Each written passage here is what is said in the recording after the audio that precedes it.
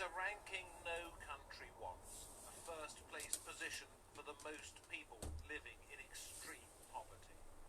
Nigeria has now overtaken India in the less than envious top spot. But it is Africa's second largest economy and oil-rich. So for a land so richly blessed, why are Nigerians not reaping the benefits of the wealth? Extreme poverty means people surviving on less than $1.90 a day. In Nigeria, it grows by 6 people every minute. 87 million Nigerians, or nearly 50% of the population, live below the breadline. The figures come from the World Poverty Clock. It is counting down to 2030, measuring progress on the UN's major sustainable development goal to eradicate poverty worldwide.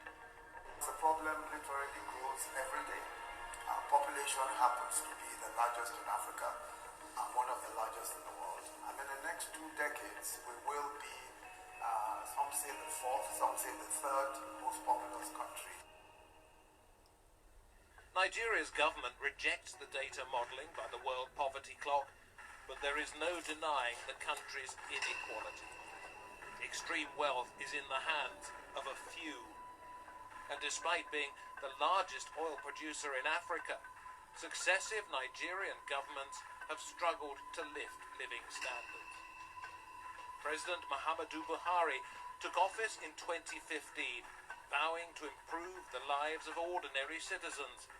But the manufacturing, transportation and agriculture sectors have not recovered from the 2016 recession after a drop in oil prices. The unemployment rate is at 19%.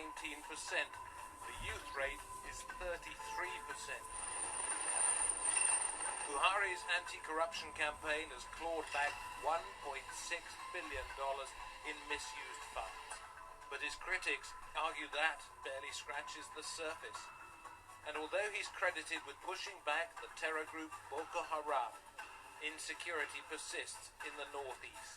The fact is the battle against poverty in Africa and the world cannot be won unless there is progress in poverty reduction in Nigeria. Nigeria's rapid population growth is outpacing attempts to eradicate poverty. Without greater efforts to beat the World Poverty Clock, will Nigeria become a ticking time bomb? And is time running out to meet the 2030 target to improve the lives of the world's poorest people? Be the largest in Africa and one of the largest. And I say a very good morning to each and every one of you, and welcome again to another conversation and another discussion. Another beautiful Sunday morning where we would be able to interact and where we can be able to continue to enlighten and educate and give as many reasons why Nigeria is at the verge of breakup. This is the part 2 of the conversation. We have a lot of statistics and videos and information that I will be showing you during the course of this program. We plan to also have the telephone line open at some point. I say good morning once again, and I hope wherever your location, wherever you are, you would all agree that Nigeria is not working. It has never worked, because the real owners of Nigeria never had any reason for it to work. My name again remains the same. My name is OLAYOMI Koiki. The topic under that discussion that we want us to focus on is politicians living large while the citizens want one Nigeria. Why will the politicians continue to live in the extremely rich society, but then the citizen that you will assume or you would have thought will be fed up, continue to ask for one Nigeria, What could be the reason for that? We would like to get your own view on that, and we would like to continue to educate those at home that freedom that you want won't come as easy, but you must demand for it. I saw a video yesterday. I will play that as well. And that in the video was in Nigeria, and it kept on saying the diaspora. Should we watch that video now? Or should we continue to watch the video that was saying that Nigeria is now the world capital of the poorest and of the poorest? We welcome each and every one of you. I can see you as you log in. I'm going to prepare my next video that I've got. And that video is the one that says Nigeria rank as the poverty capital of the world. We're going to tell you what country, the 10th country that has the worst sanitation. Yes, Nigeria is included. We're also going to show you the country that people are still using the bushes, the toilets for defecation. Yes, Nigeria is included. And I'm sure a lot of you sometimes would have seen a video or maybe people defecating even as far as on Third Mainland Bridge. All that is what will make a country continue to be part of those statistics. Let's get the next video that we've lined up for you. Let us play that video. Do not call yet. You would have enough time to call during the show. But let us enjoy this next video that I'm playing now. The world. The latest data comes from the World Poverty Clock, which tracks poverty levels in real time. CGT and Samson Omale tell us how Nigerians are reacting to the news and their falling standard of living. Ruth Monday is a 32-year-old widow and mother of 4. She lives in this 1 5-by-5 feet room with her children. There's no toilet, kitchen, electricity, or running water. Her children don't attend school. They pick trash to earn just enough money to buy food. Ruth says she lives on $1 a day, earning a meager wage from plaiting ladies' hair. Actually, things are very, very difficult and tough. It affects my children. It affects them so much that they went around picking things to sell. So you see that the government needs to support the poor people, because our youth need a job. Honestly, our youth need a job. And we also, the mothers, need something to take care of our children. Ruth is angry that people living in poverty are deprived of basic necessities such as food, health care, sanitation, education, and opportunities to work. Nigerians are not doing great because our government are not there for us. We, the poor people, we are the ones suffering, not our government. Our children need good education, so they should provide good road and good water for us to drink, and good education for our children, good schools, because our children are staying in the house. It's not good. Most Nigerians living here in Jos want the government to provide more jobs and help improve their living standards. We are really suffering, not small, safe. Especially we poor people, we are really suffering, not small. Everybody is just suffering, and the rich and the poor, both of us, we can never be poor in our country, except we have poor leaders, selected political gang of bed robbers. President Muhammadu Buhari has promised to lift 100 million Nigerians out of poverty over the next 10 years and set them on the path to prosperity. To address the incidence of poverty amongst Nigerians, the World Economic Forum is proposing increased investment in health, education, human capital potentials by creating jobs for women and young people. This lawyer and activist blames the increasing number of people below the poverty line on the country's leaders, who he believes have done little to address the problem. It's an aberration for Nigeria, a country that has been endowed with so much natural resources, to be attacked or identified as the poverty capital of the world. For me, the problem stems from the failure of leadership. Ruth and millions of Nigerians want recognition of their situation on the International Eradication of Poverty Day, but they need action that extends far beyond the day's commemoration. Samson Omala. Well, you've been able to listen to that video, but what has been the reason when people like us now wake up and say enough is enough? Because Ruth, as you've been able to hear, could not afford to send her children to school. Ruth, due to maybe the country that doesn't have the best of the healthcare system, we don't know what could have been the cause of the death of Ruth's husband.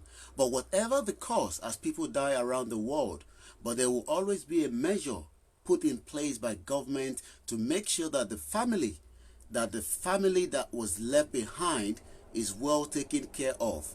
Are we just going to say because the situation now means, oh, people should just continue the way it is, so that then somebody like Ruth, and they are in their millions, and it's not just people from the southeast or the southwest that are suffering of this injustice. Those from the northern part of the country are also part of this. So when we are now putting a conversation on the table that the politicians that are enjoying those wealth, how come the citizens, I want us to continue to remember that, still want one Nigeria? Who wants to benefit from that one Nigeria? Is it the Root family? Is it those that have been categorized as people living under $1 in the country called Nigeria, also known as Location 9? All this is part of my discussion this morning as we continue to review.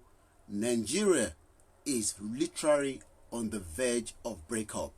Whether you would agree to that now or not, the push itself will come from Nigeria, but those Nigerians are also asking me and you to please come to their rescue, because they might not be able to do this alone.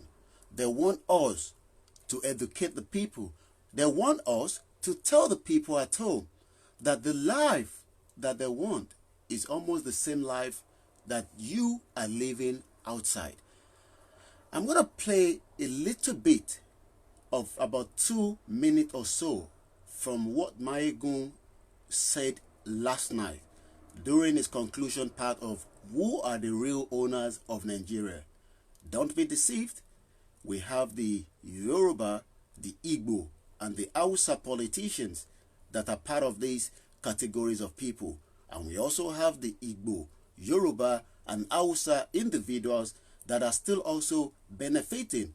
Maybe not in their life percentage, but included, that might say we still want one Nigeria. Let us listen to what Maegun said last night during that conversation, and we will continue again with this discussion. Leaders, Igbo leaders, Yoruba leaders, Hausa leaders, Fulani leaders, they are criminals. They are doing all of this to either for their own selfish reason or to pave way for their children to become senior special advisors here and there, board directors. And what do we have today? Buhari's family members are everywhere. His children are board director, members of NMPC board, board right now. Buhari's daughter. So many of them. So it was what they fight for. When they say, let us fix Nigeria, let us come together and discuss how to make Nigeria work. Let us do this. They are lying. They are a bunch of criminals. There is no Yoruba leader. There is no Igbo leader. There is no Hausa leader. There is no Fulani leader that has any interest in Nigeria. Okay? They are a bunch of criminals. Those who have done it before and those who are claiming to be the leaders today. They are not different from the criminals who are dead, who also claim to be leaders of this and that. It is any leader of any religion right now who is championing for one Nigeria is a criminal, okay? And if you support any of such leader supporting one Nigeria, you are also a criminal. And guess what? You will be the one, the impoverished, with conscience. So let us continue.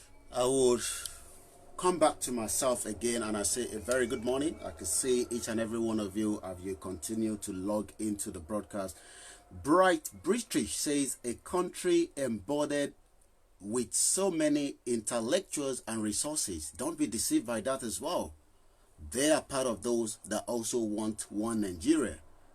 Jameson Victor, good afternoon from Seoul. Right on, my brother. We also have Limi Boss is watching us. Emeka, I can see you. Good morning. Israel Williams, and also one of the highest terrorists in the world. No doubt about that.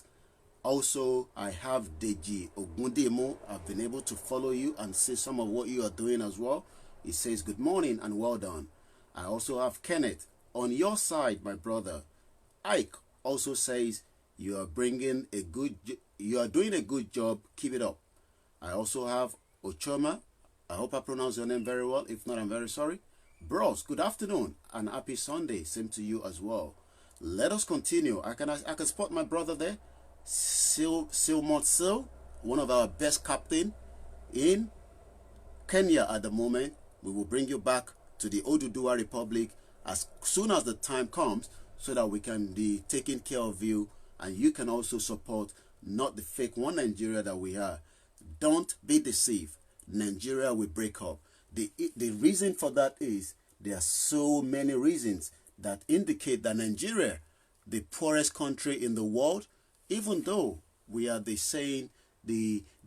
number one in Africa when it comes to crude oil, number 6 in the world, all that is not working for Nigerians at home.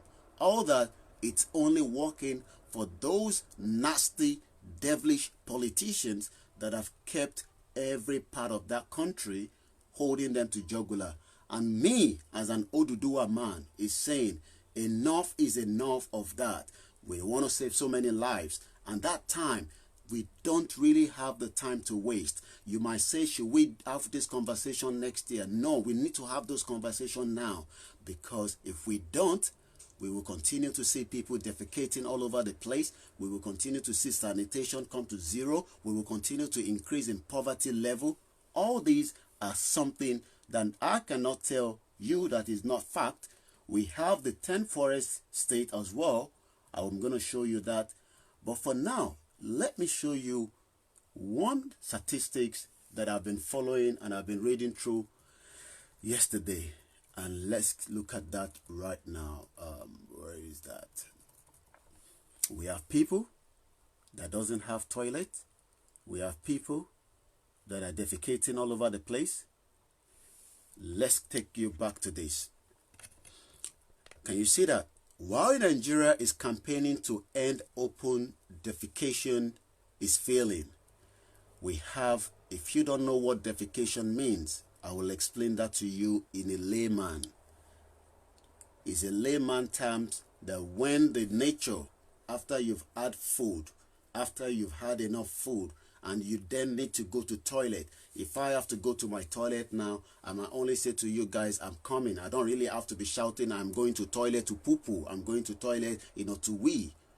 I'm going to toilet to poo-poo. I just have to stand up and literally just walk into my toilet and use the toilet, a WC that is built into this apartment. I don't have to come out of my house and go across the road and do the defecation. I don't have to go to the nearest stream and do that there.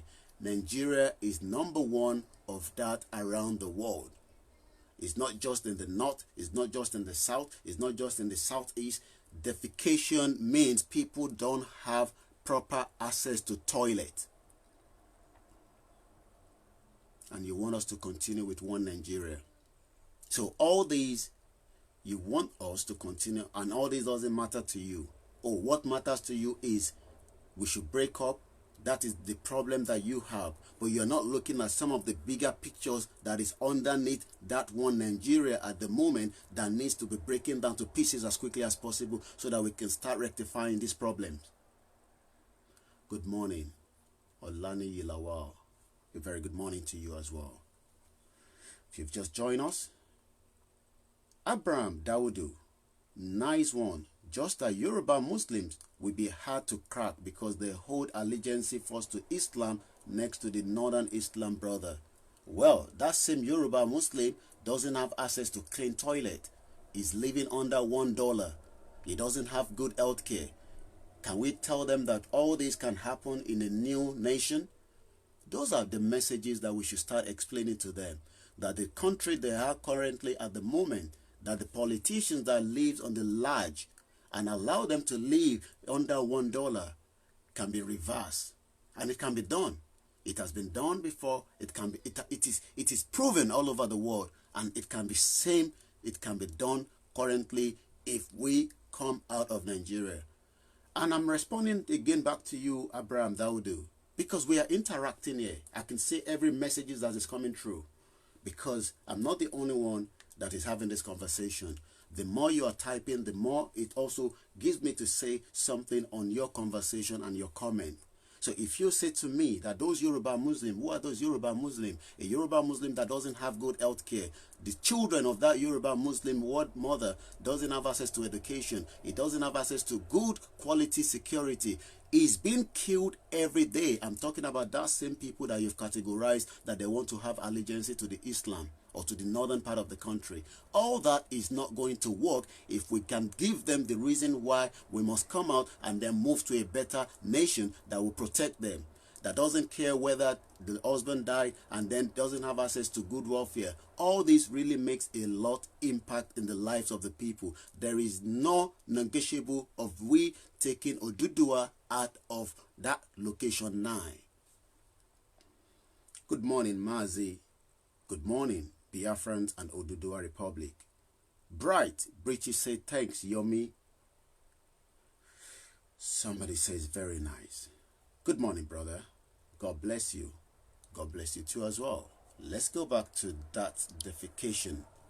A country that doesn't have access to toilet, where people wake up every day and do the nature of going inside a normal toilet, but rather they do that in the bushes around the whole of the country. Do you know that people even do this on Lagos Third Mainland Bridge? I've seen a lot of videos, people going in front of the the Third Mainland Bridge and defecate right inside that water. How do they clean their body after that? Your guess is as good as mine. We have a virus now, and yet we don't understand that that virus is not going to work, because there's always been virus, because Nigeria campaign to end open defecation is failing. This report was Thursday, 13th of August 2019, and it was written by Paul Adepoju. Let's take a look at what it says there. And you can see it says, Ibadan, Nigeria, attention to the issue of open defecation has often focused on India. I want us to listen to this, very, very important. Indian has always been the one where the focus has always been. A lot of us have always think Indian. Things are getting better in India, and the worst part of it is now coming down to Africa, and where in Africa is coming down to Nigeria. Nigeria is literally at the verge of breakup. All these are reasons why people would break it up, because people cannot continue to defecate in the bushes. People cannot continue to defecate inside the water because they don't have access to water. They don't have access to good hospital. They don't have access to good education. Yes. Sorry. Let's continue with the read up. I take it back again. Ibadan, Nigeria. Attention to the issue of open defecation has often focused on India, which is home to by far the largest population of people who practice it. But in October 2014, India embarked on an ambitious 5-year mission. It doesn't take a rocket science to work on how people should stop using public outside for defecation. So India decided to embark on a 5-year mission. There's been so many missions in Nigeria. Those missions have failed because the politicians have swallowed the money and it will never work. To eliminate open defecation nationwide, building millions of toilets and aim to change the habit of hundreds of millions of its citizens from defecating outside. But as India approaches its target deadline for eliminating the practice, do you know where the attention is turning to now? Your guess is as good as mine. Nigeria is where people are now focusing on. 1 in 4 Nigerians, that means about 47 million Nigerians today, don't have access to good toilet. Do you know what that means? Hygiene.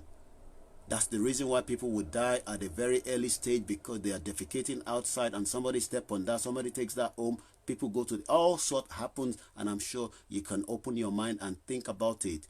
You are wherever you are now. You normally use WC. Think about people using outside to defecate.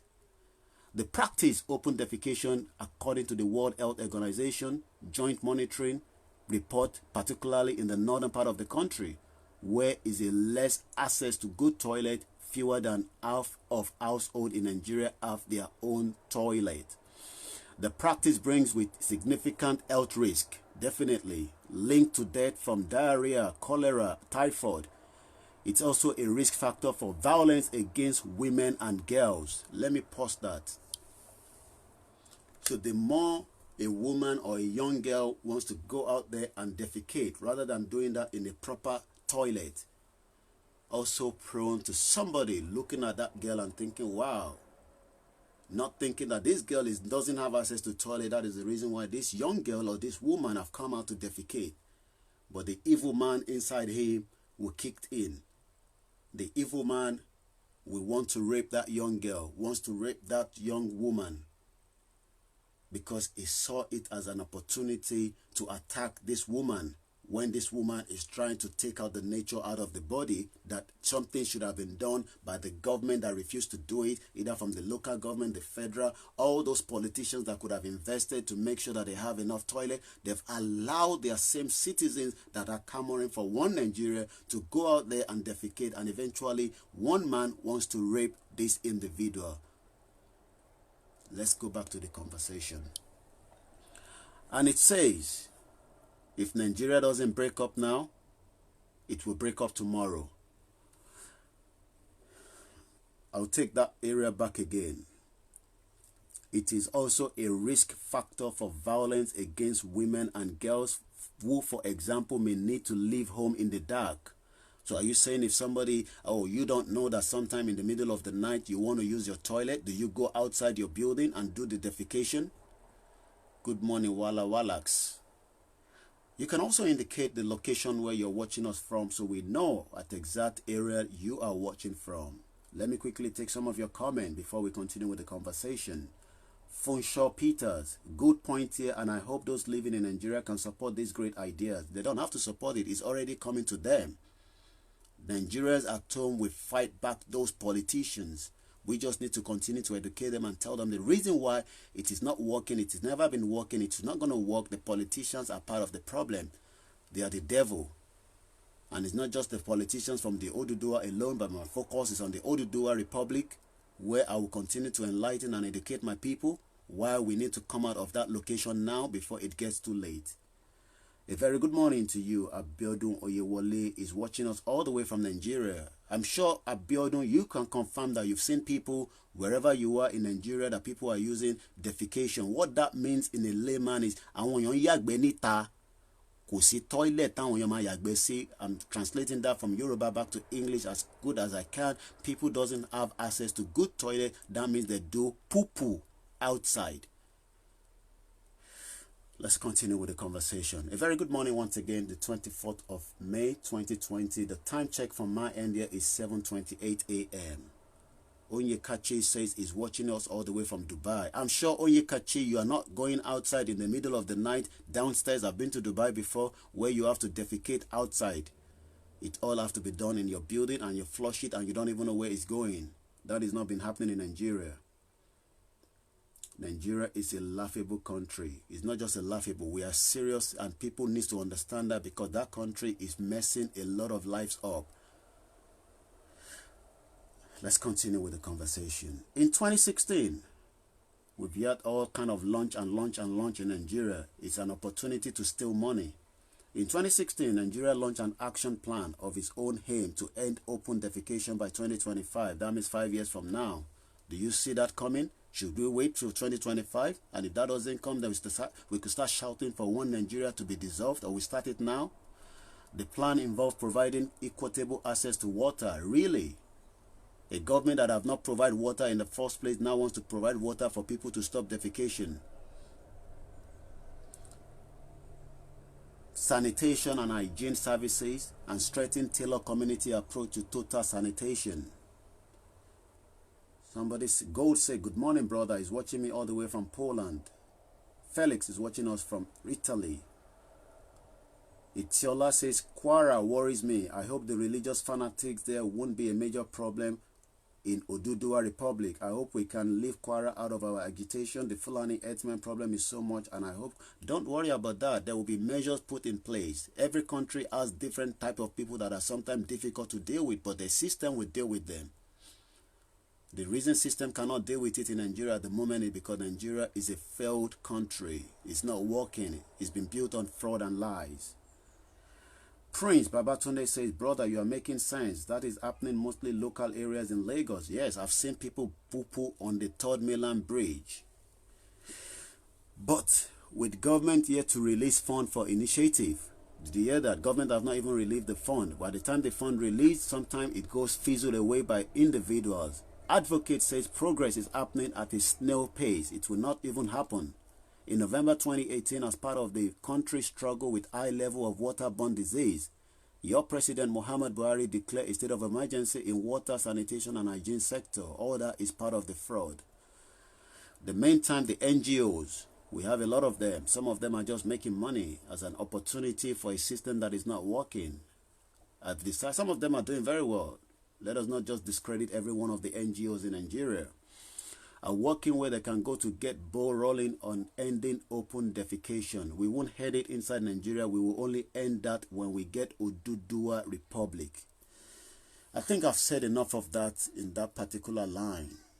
Or you want me to finish it up? Nigeria need an estimate 959 billion naira. That same money can be taken out from one of those nasty politicians today. Oh, you don't know that some politicians have that kind of money in their pocket? Or you don't know? You think they're going to show you their bank account? A very good morning, my beautiful one that have just joined me. To end open defecation by 2025. Of that, the government is expected to provide about 25% of the 234 billion naira.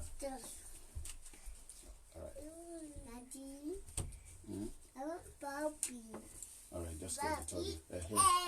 All right, go with Mary, Mimuna. Yeah, the two of you go and watch that together. Okay. Let's continue with the conversation.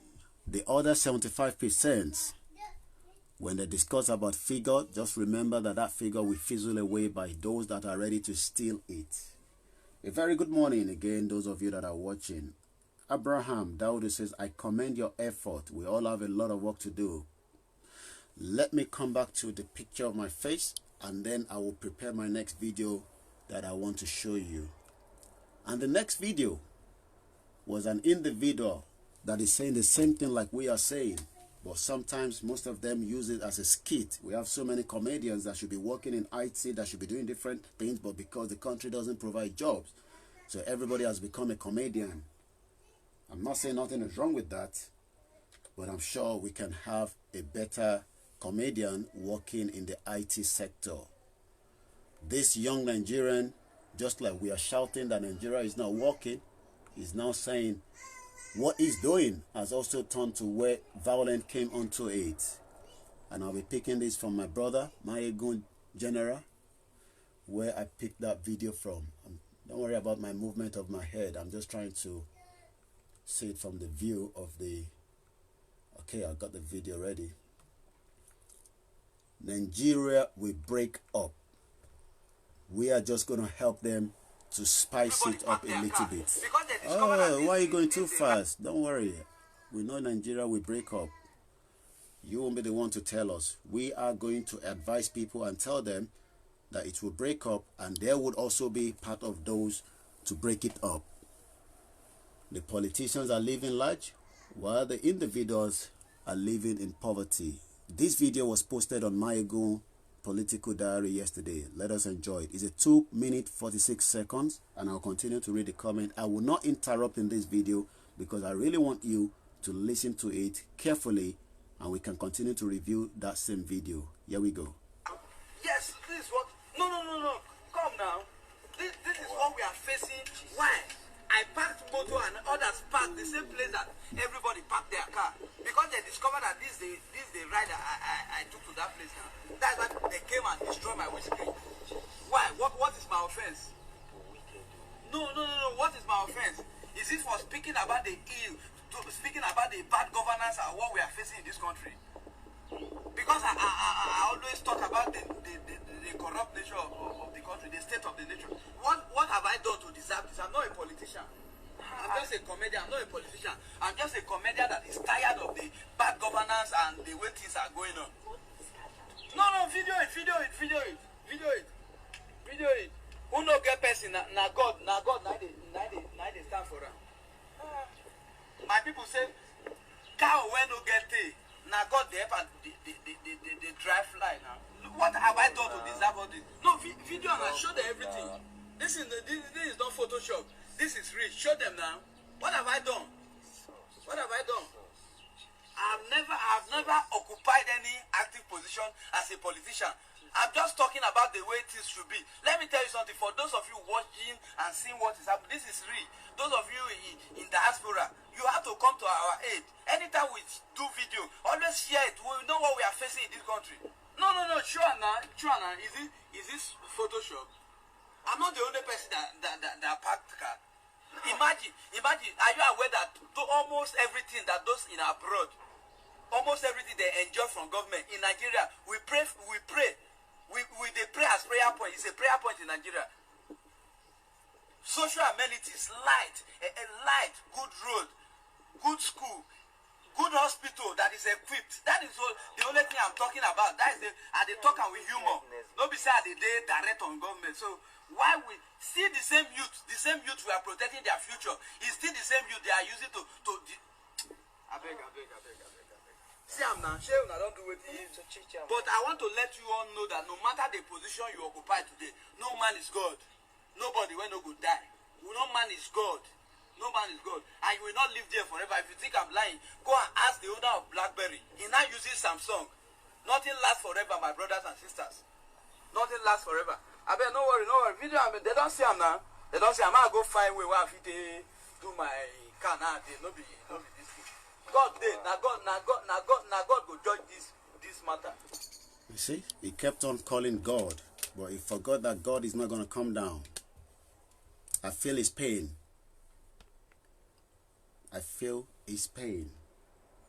But God won't come down. We still have few of them that at least are using their comedy to, say it the way they want to say it. But it doesn't go well with people at home when they say it that way. I feel his pain.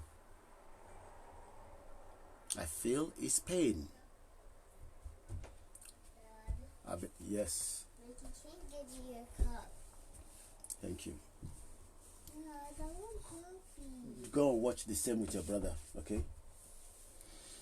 Let us look at what my brother Funshaw Peter says. Not Funshaw Peters. I've pinned that. Olanrewaju Kola David, you said, what is the political effect of the citizens of Nigeria breakup? Are we not going to be separated just by thoughtless and no idea politicians? We the people, we still have the same mentality? No, you won't have the same mentality. I would disagree with you. When I came here in 1998, I had a mentality that I was bringing from Nigeria.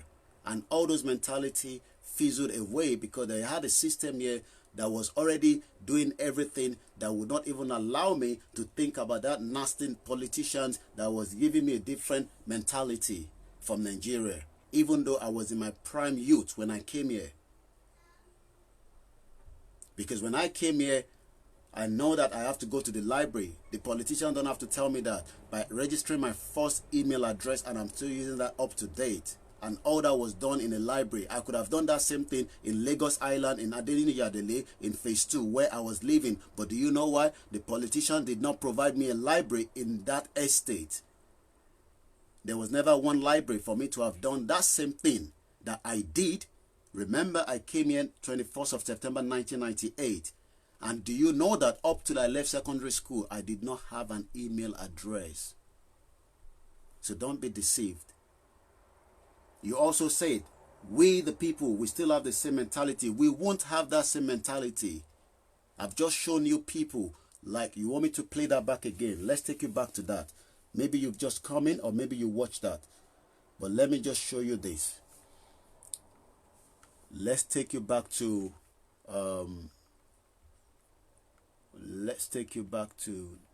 Ruth. Ruth was asking, okay, no, not this one. Let's take it back. I just want to argue what my brother said there. Let me release that video. Latest data comes from the World Poverty. Okay, this is Ruth. Okay, let's take it back this way. I'll start the video all over again, don't worry. But when I get to where it is, I will pause it. I toss my coin for separation may not be the solution. It is the solution. This is Ruth, right? Olanrewaju, this is Ruth. Ruth mentality has been messed up. Look at the house she's living. Don't worry about the conversation underneath. I'm doing my own voiceover. These are Ruth children. Do you see what the politicians have done? Do you see that? Nobody in United Kingdom and any part of the world is doing what their children are doing. We're not saying that Ruth doesn't love this job, but they can do it properly by giving her a loan, by making sure that she has a proper shop. So those mentality will eventually change. Let's listen to her.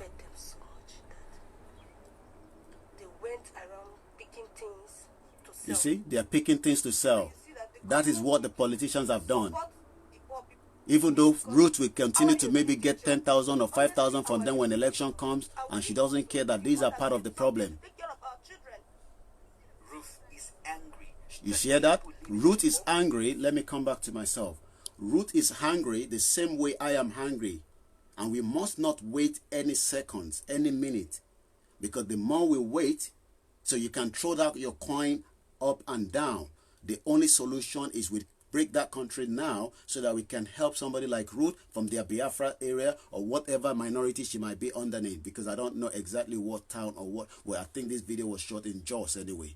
But she could be a Biafra, she could be from another ethnic minority. I don't care if we have 6 nations coming out of Nigeria. So be it. So you want us to continue to have millions of Ruth all over the country? You want us to have more people that are defecating all over the place without no access to good toilet? Do you know that we are part of the number 1 in 10 that doesn't have good sanitation? So I can understand where you're coming from. I will release the pin now so that I can pick up another comment. My brother, this is something else. Nigeria is not working. Let's go our separate ways. Emeka Stephen, my good friend, have just joined me for Larry. He's watching me right now. A very good morning to you and happy Sunday. The power of the new generation. Yes, we would enlighten and educate people. The frustration itself will come from Nigeria. We are just going to help them to spice it a little bit. It would happen. Oduduwa Republic will happen. We will do everything to continue to enlighten and educate people that the Nigeria of your today is only the politicians that are holding you to jugular. While the politicians live fat, you are shouting one Nigeria. Do you see the difference? Good morning, Paul Omeje. Good morning, Olakpemi Daniel. Idowu Adeyinka said Nigeria must get prepared to fight this politician class. It's going to be tough and tough. It's going to be a tough one. People will face them very soon. It's getting closer. The hunger is there, but it's not eating enough. People protest around the world and shut things down. You might say it's not going to happen. The economic recession is going to crumble, not just in Nigeria, even here in UK. Do you know what UK is going to be facing? 35%. Nigeria is going to go into 100%. The second recession is coming in. There will not be enough food. There will not be enough water. There will not be enough of more of what we are discussing now. And that will then be used against the politicians. They are the devil that they tell you in the church and in your mosque. Good morning, Akim Folari. A young Oduduwa boy. I know what he can do when we have our own nation. And I know what they are dealing with him now as an Oduduwa man, even though it's still Nigeria, because we are still inside that country called Nigeria, and we can continue to say we are Nigerians, but at least officially some of us are not. But until we have that Oduduwa, I know where it works. I won't disclose that, but it could have been better if it was inside Oduduwa. Odele says, my brother, the only way to crush them is to break up Nigeria so that the unreachable will be. That's it. You said it right. People think, you know, we are saying because we want Nigeria to break up is a fun. Let's go back to root there. Let me turn the video around again. Poverty are deprived of basic necessities. Basic necessities. That's all they're asking for, but they're not getting it. Basic. No sanitation. Did you see them? Can you see those children? Let me get my pen to be highlighting that. We get the phone line open, but not yet. So just let's stay put. Can you see them? Malnutrition. Innocent lives. And their parent has been deceived because they don't even know. Sometimes the election is coming, they will take Maggi, Indomie noodles and give it to them.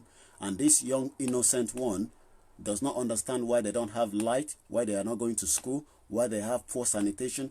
Do you know that these are all young from their mother? There's no toilet. She has to go to the bush and do defecation. A man ready to rape her and kill her. She wants to go to toilet. A pedophile will look at her as an opportunity. Nigeria will break up. Somebody will see her and say, oh, look at the breast. Oh, she go to defecation. Let me go and attack her. Thank you very much. Yeah, you go. Go and watch. Go back and do your YouTube and then, okay? No. Don't tell me no, okay? Yeah, go with your sister. Yeah, the 12 will go. Close the door. So you want me not to fight for those people in this category, but continue to deceive Nigerians that everything is nice and rosy. Matthew Allen says we want Oduduwa Republic. Nigeria has expired long time ago. Ayorimide Akinwumi. I am interacting with you because I can also read your comments. As I'm showing this picture, you can also continue to see it. Can their so-called owners of Nigeria give up easily? It's not going to be easy, but the push will come from Nigerians themselves. We are just going to put a little bit of spice and Maggi into it for them. And if they're saying we must come home and fight for them, they will do the fight. And it's coming true. Let's roll the video a little bit more. Nigerians are not doing great because your government are not there for us. We the poor people, we are the... Did you hear what she said? The government is not there for them. Very soon, she will take a placard. She will protest. But it hasn't get to that stage, but it's getting closer. COVID-19 will push a little bit more of this. COVID-19 came at the best time for Nigeria. I don't know about the rest of the world. Let's roll the video again. One suffering, not our government. Our children need good education, so they should provide good road and good water for us to drink, and good education for our children, good schools, because our children are staying in the house. It's not good. Most Nigerians living here in Jos want and this is Jos to provide more jobs and help improve their living standards. We are really suffering, not small, safe. Especially we poor people, we are really suffering, not small. Everybody is just suffering, and the rich and the poor, both of us, we can never be poor in our country, except we have poor leaders, selected political gang of bear robbers. Did you hear what you said? Robbers. And do you know what happened to armed robbers politicians? Those same people will go one day and hit them hard. It's not just going to be me coming down to Nigeria and say, we must do it. They are the one facing the burdens. And they've not seen anything yet. Every part of the world will be hit hard with this COVID-19. Nigeria is not going to be exempted. Muhammadu Buhari has promised to lift 100 million Nigerians out of poverty over the next 10 years. Allah says Oduduwa can only happen if Yoruba people come together. We are all going to come together. We are working on that. You also have a role to play. Let me just pause that and come back to myself on the screen while I prepare my next video that I also have ready for you. So it would happen. So don't be deceived that Nigeria is not going to break up. If you don't like the word break up, that is up to you. It's at the verge. People are already, look, people are already at the verge. It would happen. Emeka Steven, there is nothing like one Nigeria. Please break it up now. Only solution. I totally agree with you. I'm also, until I open the phone line, I'm also reading some of your comments so that we can, and I'll pin them and then I'll read them out as well. Ayorimide says, I have a Yoruba friend in Holland. He has been in Holland for almost 20 years. I've been here for more than 21 years. And I want to go back to Ududua. He's still shouting Nigeria is developing because he's enjoying it. You can tell him to relocate to Nigeria if Nigeria is working. I asked him Nigeria is developing, then he should leave Holland. He's not going to leave Holland. All those ones are the ones that we say Nigeria is working, but they are still where they are. Don't be deceived that you are the only one that are the poorest in that country. And that will be my next video. Don't be deceived that only your own region your business idea needs is the one that is the poorest. This video I'm going to play to you was in 2019, August, less than a year old. And it says the first 10 states. Welcome to Omo Niger. That's where we're picking the video from. The 10 poorest states in Nigeria. That's the one I'm going to roll over now. It's a 9-minute video. 9.29 minutes. And I think it's worth watching. I might be doing a little bit of voiceover around that video by reading some of your comments. Good morning, my brother, Gbedu Magazine.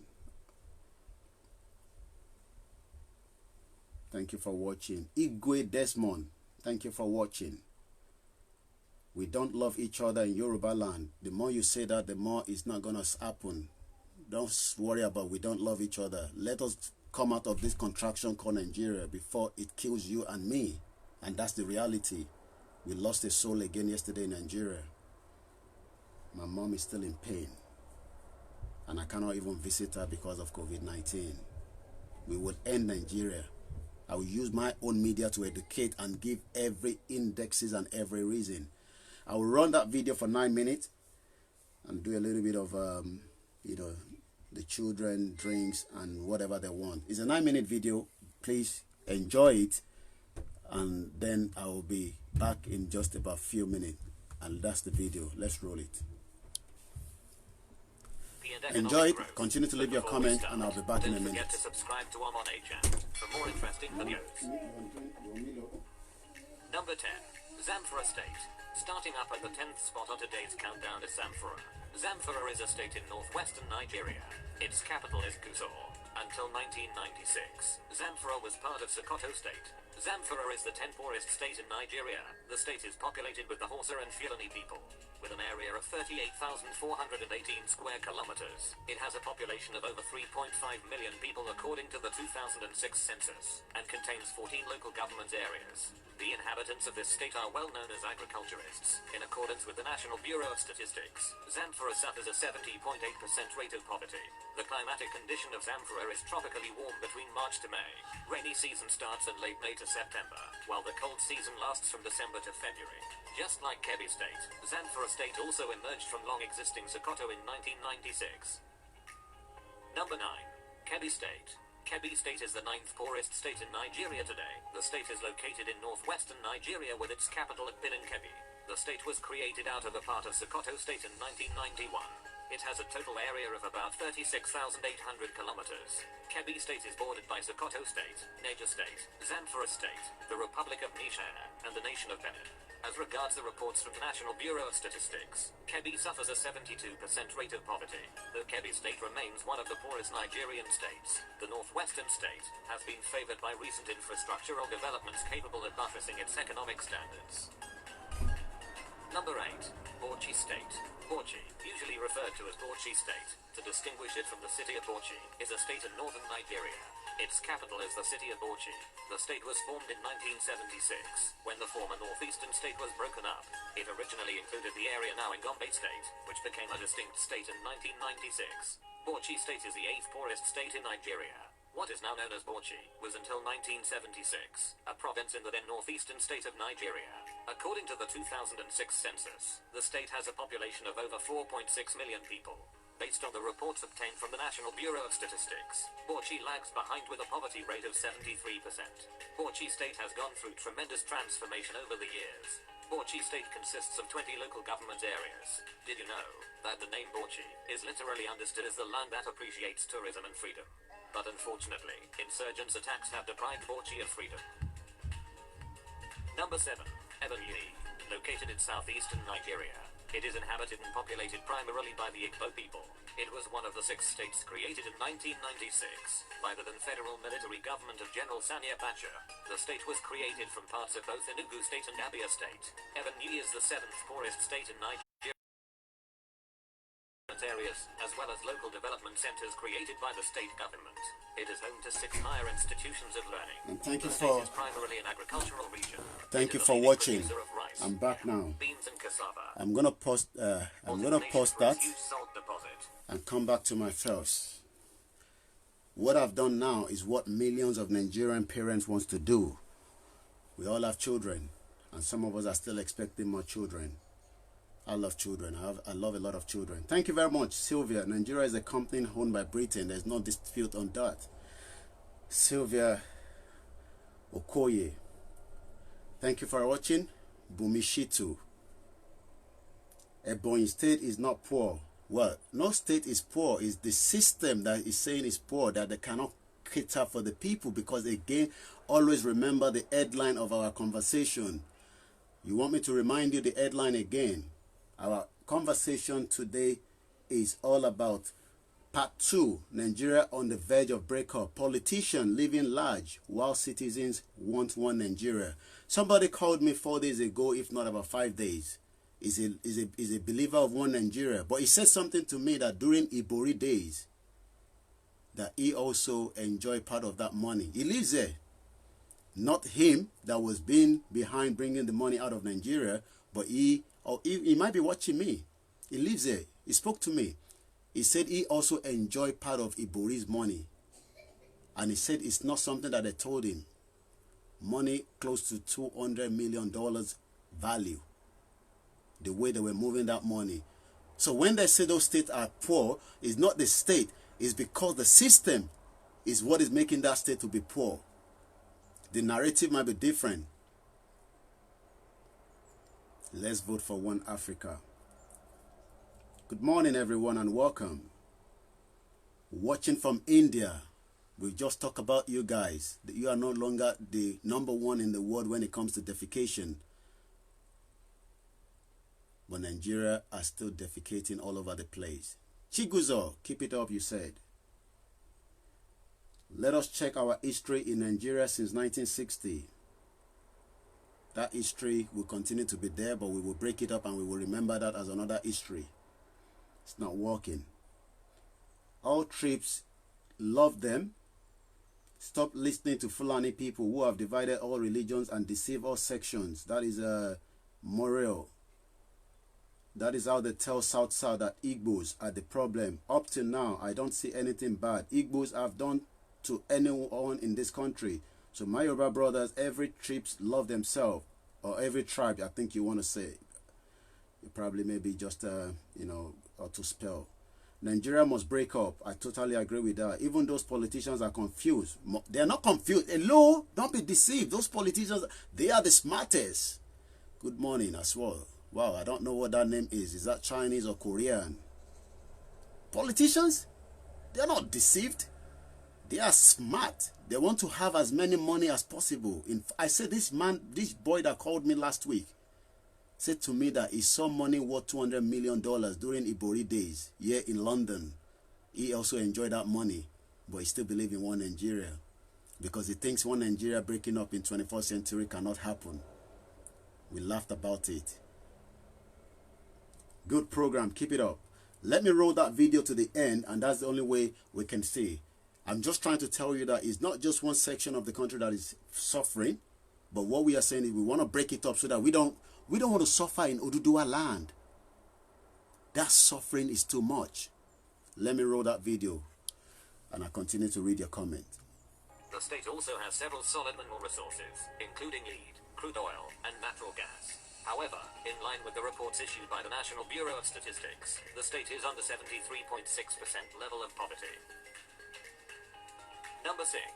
Plateau State. Located in Nigeria's Middle Belt, Plateau is the 12th largest state in Nigeria, approximately in the center of the country. It is geographically unique in Nigeria, due to its boundaries of elevated hills. Plateau State is the 6th poorest state in Nigeria. The state is celebrated as the home of peace and tourism, with natural formations of rocks, hills, and waterfalls. It derives its name from the Jos Plateau, and has a population of around 3.5 million people, with an area of 26,899 square kilometers. Plateau State is considered as one of the Nigerian region endowed with tourist attractions. The state is also associated with a cold atmospheric condition. Plateau State has been plagued by connects associated with tribal differences. Let me respond. I'm going to pause that, because as I read the comment, I will also pick on it. Yes? My brother Emeka Steven says, watching from Germany. My brother, enough of this talking. What can we do to break up this so-called Nigeria? It would happen from inside Nigeria. Go and write it down. It won't be far before the end of this year. Your country in Germany is going into recession. Nigeria is not going to be exempted. But Germany can still cope because they have mechanized system that can still cushion it for... you will feel the pain in Germany. I will feel the pain here of this COVID-19 in this country, because UK is going to about 35%. That means, you know, things will be squeezed. The government will tax heavily. Jobs will be lost. So all that will then kick in Nigeria that has not have anything. You know, Nigeria has been bouncing like that in the last 60 years. So what is going to happen now is with the COVID-19, if you don't understand, people don't understand that COVID-19 has just not exposed the country to what we've been witnessing. But you think they will not even have money to palliative anybody. The one that they're giving now will drain. You know why? We are not selling any crude oil anymore. It's like gala on the sea. Nobody's buying it.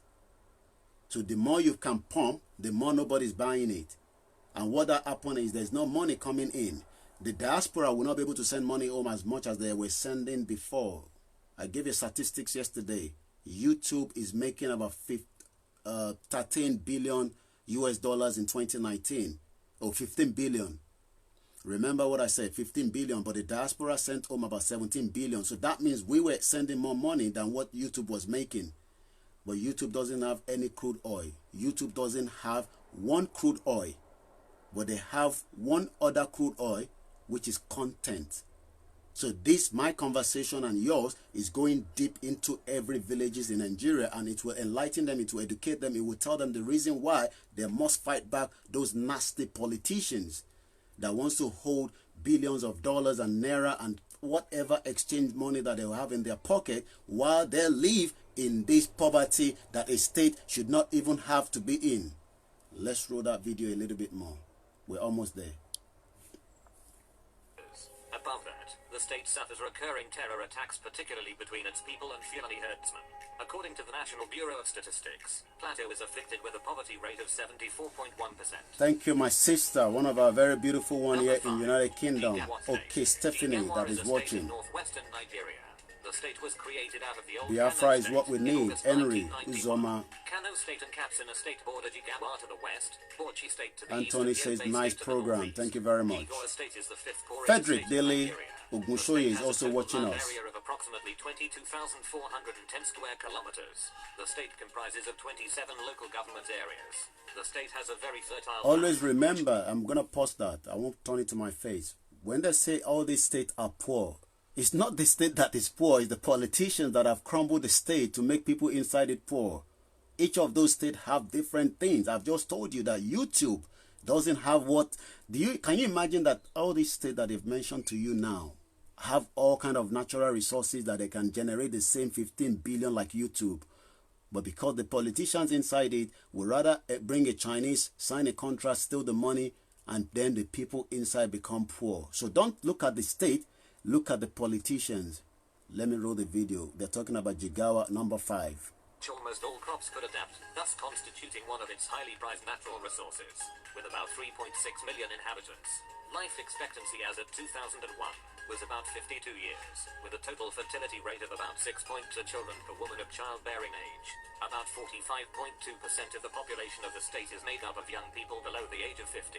As contained in the reports issued by the National Bureau of Statistics, Jigawa State lives under a poverty rate of 74.1%. Number 4. Bombay State, usually referred to as Bombay State to distinguish it from the city of Bombay, is located in the northeastern part of Nigeria. Bombay State is the 4th poorest state in Nigeria. The state, nicknamed the Jewel in the Savannah, was formed in October 1996 from part of Remember, Uber doesn't have all these, Facebook doesn't have all these, but they are making money. So why is a state that have everything that they are discussing, and yet the people there are living in poverty? Your guess is as good as mine. It's about the politicians. Tunde is watching us from Chicago. I really love this program, my brother. Keep it up. Thank you very much. Adamawa, that is Atiku. Atiku, you know how much he has stolen. He's part of the owners of Nigeria. In accordance with the estimates obtained from the National Bureau of Statistics, Bombay State has a 74.2% poverty rate. Number 3. Adamawa State. Adamawa, the former Vice President Atiku Abubakar. You all know all his job when he was. Let me pause that. Who are the real owners of Nigeria? Adamawa State. If you've missed that from Mayegun, you need to go back and watch it. That article spoke extensively with all the corruption that Atiku Abubakar, and he was almost going to be your president as well, just like Bola Ahmed Tinubu and all the Yoruba leaders and the Igbo leaders brought us to where we are in terms of the present president that we can't even hear him. Whether he's alive, he's dead. We've got to a stage where the president is being discussed on social media that people don't know the reality of whether it's a fake one, is a real one, is a clone one. How did we get to where we are? Have you ever thought about, it's like me waking up every morning and I have to review the picture of Boris Johnson. Is this one fake Boris Johnson or real Boris Johnson? That is how far we've been as a laughing stock to the world. You think they are not listening and watching all that? They are citizens. That's why they will disrespect you. That you don't even know who your president is, whether he's dead, he's alive, with different carbon copies of different photo shots. And they think in this 21st century that they think every one of us are going to be as stupid as those living morons, Nigerians that are at home, that once won Nigeria. So the only two options we had then, I remember, was giving us Atiku Abubakar. The crime those guys have committed, you need to go. If you have not listened or read what I'm calling, somebody said if it's on Netflix. It's not yet on Netflix, but you can watch it on Mayegun Diary, Mayegun Politico. It's going to be on, I'm sure, later on this morning with another blast Sunday sermon, and later on at 7 p.m. we'll be listening to Mazi Nnamdi Kanu. If you don't like the way I say it, you can take a cup of tea and drink it and then go to the toilet and poo-poo. If a lot of you are the owners of Facebook, you'll have done worst. Yomi Koiki, why do you bring Mazi program on your timeline? We just want to focus on Oduduwa. That's all right. But you live outside where you live with Igbo people, you live with Mala, you live with Somalian. I don't know how many people that lives in these different blocks. We are different tribes, different languages, but we live together peacefully. Good morning, how are you? You all right? I hope you've been coping during this COVID-19. Let's keep faith. People are just not thinking. If I'm talking about Oduduwa, does that mean I have to aid the Igbo people? I said my mom tenant, and he has been my mom tenant since 1992. He's an Igbo man, and we've never had a problem with him till date. My mom is in real pain at the moment. She lost a very close friend of ours. May her soul rest in peace. In that location 9 yesterday. So Adamawa, the Atiku could not, do any problem and help the people. But they will tell you Adamawa State is poor. We almost finished that video. I want us to roll it out, but I was just also, giving a little bit into it. We're almost there. We're number 3 now. So let's finish it up. From Gangala State, the geographical entity Gangala State was renamed Adamawa State. The major occupation of the people of Adamawa State is farming. Adamawa is the 3rd poorest state in Nigeria. It is one of the largest states. Good morning, in Nigeria, Jude Felix. and occupies about Festus Chika. IPOB is ready any moment to kilometers. crumble the zoo. By the states of Borno to the northwest, Just Gombe to fast the in western education of Terrace to the Udua. We are southwest. working on Its that. eastern border forms the national eastern There's no border going with back. Cameroon. Nigeria Adamawa Part suffers 2 from at the economic verge growth and of economic breakup. development. Although the capital city of Adamawa State is under transformation and is currently equipped with amenities such as traffic lights and motorable The youth will not roads, will help Adamawa State themselves lags because the behind due to poor poverty rates of will kick in development more. across The state. politicians will As squeeze obtained them from more. the National Bureau of Statistics, And Adamawa I'm State is responding back associated to, with a poverty rate estimated at Who was that? 74.2%. I think I was responding to who wrote that. Number 2, Katsina State. Charles. Katsina, usually referred to as Katsina State to distinguish it from the city of Katsina, is a state in the Gideon, north-central good zone morning. of Nigeria. Its capital is Katsina.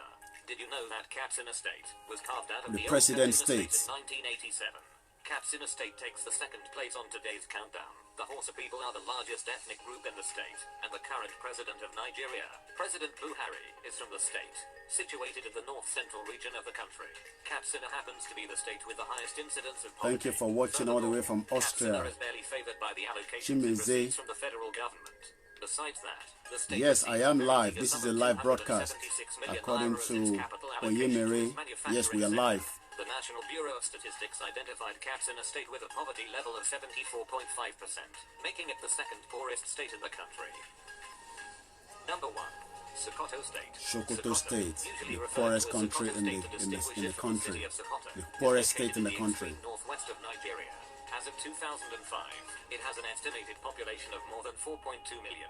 Sokoto State is the poorest state in Nigeria today. Created in 1976, Sokoto State has been ruled by governors, most ex-military officers. Situated in the northwest, Sokoto State happens to be in the farthest point of the northwest. Unfortunately, Sokoto has been identified as Nigeria's poorest state year after year, particularly as a result of its unfavorable climate. Its usual temperature stretches up to 45 degrees Celsius. In Sokoto, most of the inhabitants depend on agriculture for sustenance. At the same time, the largest portion of the landmass is occupied by rural areas. In accordance to the report provided by the National Bureau of Statistics, Sokoto State is plagued by 81.2% poverty rate, making it the poorest state in Nigeria. And that would be that. And now we would have our phone line open, so you can then start having. I've been able to, again this morning, give you the reason, and this is not going to be the last part of Nigeria at the verge of breakup. We'll be bringing it with another reason why it will break up. The reason this morning that I've given you, if you look at the headline, let me put that back up again so that I can pin that. Some of you have the number. Let's put the number out there for those of you that doesn't have the number. Please, when you call, remember to reduce the headset or the volume of your TV that you're watching me from. The number is +4475 94050 I want you to focus on the reason of the topic, which is, and it says, Nigeria at the verge of breakup. We started this yesterday. But politicians living large while the citizens want one Nigeria. Why could the citizen want one Nigeria when these politicians are living large? That is what I want us to focus on. So the phone line is open for you to join. Please make it snappy. Tell us your name, your location, and just tell us why the people still want one Nigeria while the politicians are living large with under one Nigeria as well. My name is OLAYOMI Koiki. Oh, sorry, I need to delete few things of my, this phone is full up already, so I need to take out something down because my WhatsApp is not okay. It's opening now. Okay, no, it's not opening. I'm gonna get it open now. Just a minute. My daughter keeps downloading different application, and then because I don't have enough space, I'm just deleting that, and then we allowed us to have the WhatsApp open. Okay, let me take down the YouTube on this. Just 1 minute, guys. I know you must have probably been trying it. I just noticed myself that it's not opening. The number to call is +44. It will open in a minute, and there we go. Yes, I've saw 2 missed calls. Jonathan, I've called from. I'll call you back because you are the first caller.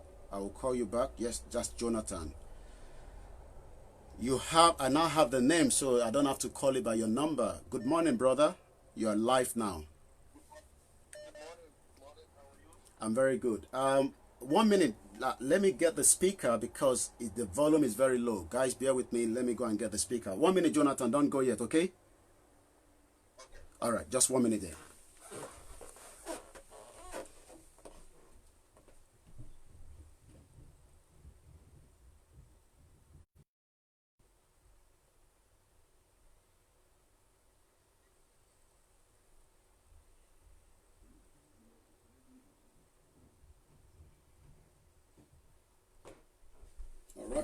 The speaker here, which is here. I'll have to wait for 1 call at a time, so we have Jonathan that is live. Okay, Jonathan. Hello, Jonathan. We can hear you now. Go ahead. Hello, Jonathan from South Africa. All right, I'm gonna cut it off and I'll call him back because I already told him I won't pick a call yet until I call Jonathan back. Okay, yeah, that's Jonathan calling again. 1 minute, Jonathan. Let me hear you. Good morning, Jonathan. We can hear you now. Go ahead. Okay. Good morning. Hear you. Okay. With regards to the continuation of yesterday's topic and for the continuation of today. Yeah. The topic that states politicians living large while Nigerians want to have one Nigeria. Claiming for. Yeah, they are crying for one Nigeria. You see, one of the things is this. Unfortunately, Nigeria had experienced a civil war. Okay. In the previous time. And to be honest with you, in everybody's condition, nobody will want such war any longer in life. Definitely. And to attest to the previous war, it was not a good experience. Never, yeah. And to be honest with you, Nigerians, as you said, the politicians are living large, and the politicians have given the social security, which are the police, army, so much right over its citizens to kill, even to kill its citizens without any justification. Just because they want to mount fear. I just want to monitor your conversation. Yeah. Not you, Jonathan. I'm just moving the tripod. You go ahead. Okay. Yeah. All right. They want to mount fear. They've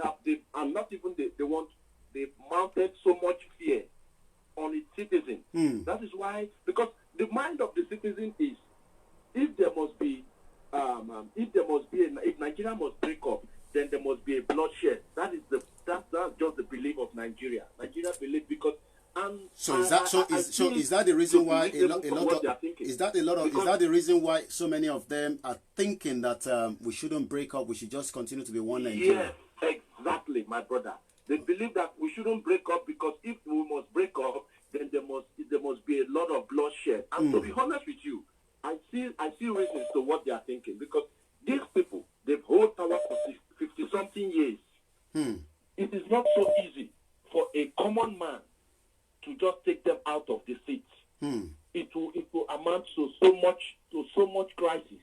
Okay. Otherwise, the only people that can take them out of the seat is them themselves. Just like, for example, what happened in Zimbabwe. I'm gonna pin the number. Okay. When Robert Mugabe has been ruling the country for years. Okay. It was his vice president who took him out of the, overthrow him. You understand? Yeah.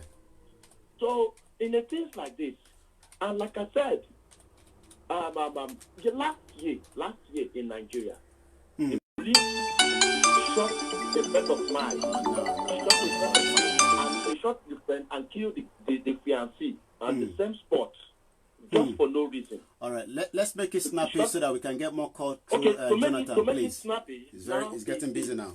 Nigerians are scared of the fact that they don't want a bloodshed in order to break up. All right, thank you very much. That is why they are claiming, let's keep it one Nigeria. Okay. Because they believe if there must be a breakup, there must be a bloodshed. All right, thank you. Thank the you. politicians who are looting money, they don't have any heart of, making things work out for the country. All right. That is it. Thank you. Well, we've had in there. Good morning, caller. Your name, where you calling from? Okay. I've already told you to mute your device, brother, please. Everything at the background is coming back and you are already... Good morning, caller. Your name, where you calling from? Yeah, hello. Good morning. I can hear you. I can still hear myself in the broadcast. You need to mute that completely. You don't need to listen to yourself. Just focus on your mobile phone and then that will not interfere with the conversation. It's getting busy. You need to really get your point out, buddy. Okay. Yeah. Okay, brother. All right. You can hear me right now, right? Go ahead. Your name, where you calling us from? Yeah, please. My name is Steven. I'm calling from Germany. Germany. All right. Your contribution, team. Yeah, please. I am totally disappointed for our youth these days, clamoring for one Nigeria, when everybody knows that there is no such a thing called one Nigeria anymore. I'm tired, man. Can't they see what is going on in this country and see that this country is no more working? I don't understand the youth of these days. We are talking about, okay, you are saying, the diaspora said we are people are afraid of war or whatever. Come on. We are thinking about our future. There's no way you cannot get ready for all this. It will happen, but it wouldn't happen. You just have to prepare, get prepared, and that is all. Please, enough of all these things. I think this program is now come to a state whereby we're going to be talking about what we're going to do to make this country to get back up. Simple. No, I'm tired of this protocol. Let's do it. What can we do? What can we do, my brother? Please. I'm sure. I just want you to prepare for that now, please. What can we do now? What? Not to know more. We can. This is we can. Let's do it. This is where I stand. All right. I will respond back to that. Thank you for the caller. And I'm sure as Mazin Amdekano will also be telling you that it would happen. Without violence, without creating a situation where people would die, but that maybe might not be something that we might not guarantee. Something I'm sure Simon Ekpa will say as well. But we would eventually break up. I know a lot of you really want to know how this would quickly happen as quickly as possible so that we can save so many lives. I know few calls are coming through. We had problem. You cannot place a WhatsApp call if you're already on a call. Okay, maybe the last caller has not disconnected. That is why it's not allowing me to call you guys back. That is what it's telling me. So it seems I can see missed call coming through. It's because maybe the last caller have not ended that call on his end. So the last caller, if you can disconnect for us. If not, I would have to.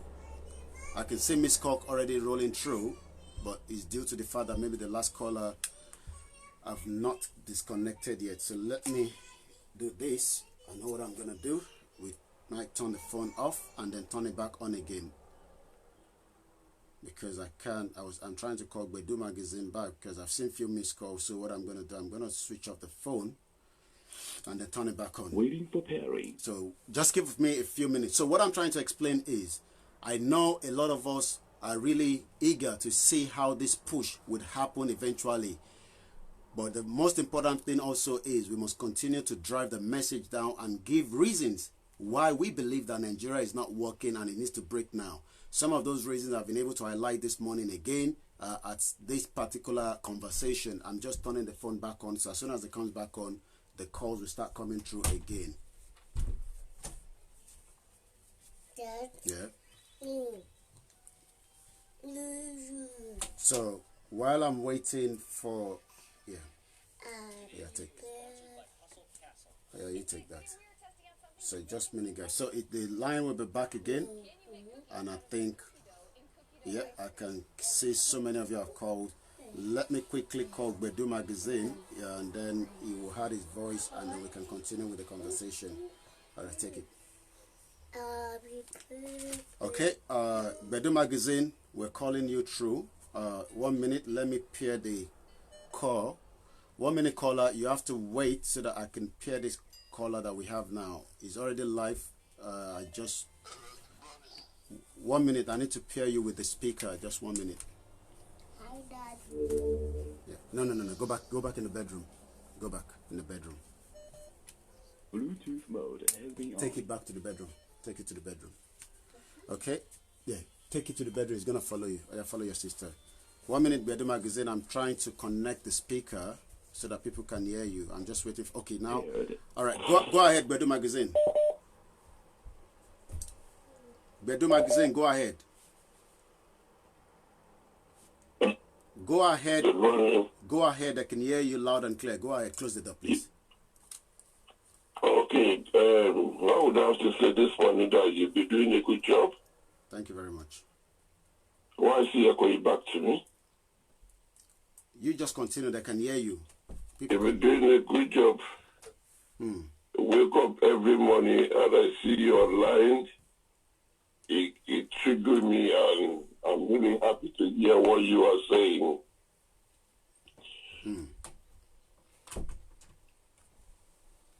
We can hear you. All right. I think he's passed his message. I think that's what he wanted to say. All right. Let's get the next caller. Next caller, you're live. Good morning. Your name, where are you calling us from? Yeah, my name is Emmanuel. I'm calling from Canada. Emmanuel calling us from Canada. Very good morning. You've seen the headline. You've seen the conversation so far. Go ahead. Yeah. Just leave it. There are little things I want to chip in, like from IPOP leader Mazin Namdekano, and the great job you guys are doing over there, and we really appreciate it so much. But there is an angle that I'm looking at. For example, we all are via through the internet world discussing about this actualization of Oduduwa or Biafra or liberation from every part of the country. Take it to the room. We can hear you. Go ahead. There's a lot of callers, so you have not much time. Just go ahead with your with your point. We can all hear you.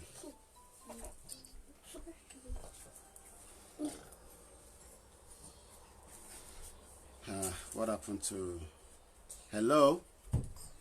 Emmanuel from Canada.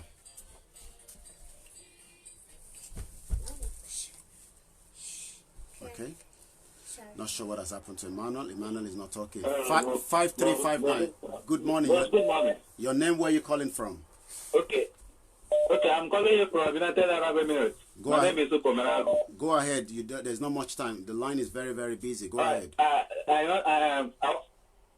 All right, I want to congratulate you for your efforts. Yes, bros, to be honest with you, the only thing we need is to divide that country, Nigeria. There is no future for upcoming generation. Okay. And the worst thing is that some part of the citizens believe in killing each other.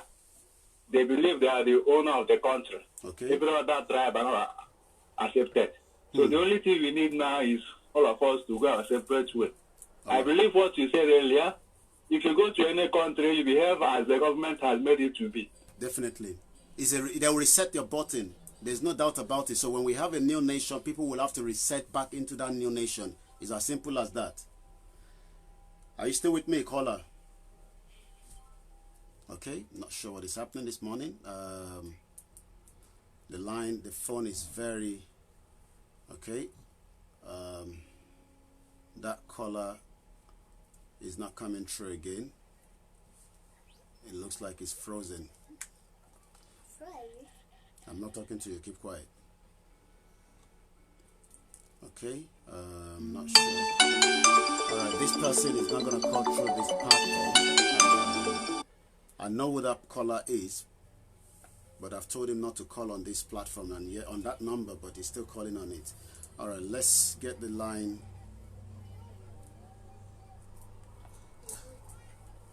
Waiting for Perry. There's a big problem with the phone this morning.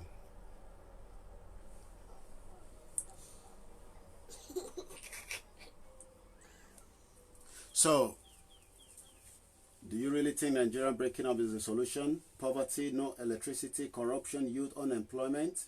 Well, all that is not going to happen inside Nigeria. So if you're expecting it to happen inside Nigeria, you will have to wait a very, very long time. So we have the phone up and running again. I'm not sure what is happening this morning. We're really struggling. Let me remove it from this socket that it is inside. It's going to open. Alright, I've taken it out from its base and let's see. Shouldn't be the reason why. I know there's been a few missed calls. Alright, we've got another caller coming through. Okay, Bedu Magazine is back. Good morning, Bedu Magazine. Go ahead quickly. Good morning, my brother. You see, this is one of the magic they always do for us when we are busy. They want to stop us by talking, by saying the truth. Yesterday on my show, I was asking myself, asking everybody, who owns Nigeria? Who are the owners of Nigeria? Yeah, who is the owner of Nigeria? Because Nigeria looked like somebody sit down somewhere, controlling everything, and decide not to make it work.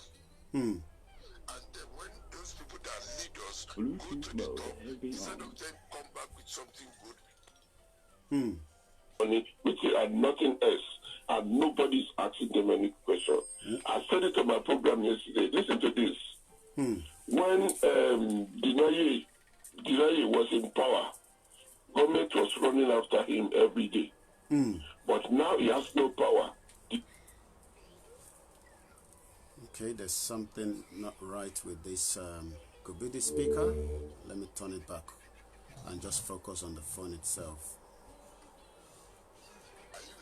Yeah, we can hear you. I'll just take off the speaker. I think it's the speaker that is having us problem. Yeah, go ahead. We can hear you. Okay. When Dinaye was in power, Dino Malaye, yeah. Yeah, government was running after him every day. But now he has no power. Nobody touched him. He walks free, talks free, do everything.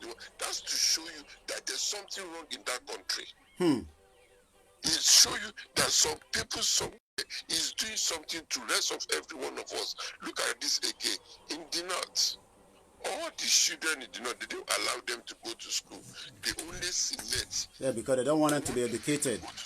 And then after that, they will use those ones that don't go to school to come and destroy us in south, in the east, everywhere, because they are not educated. Give me the iPad.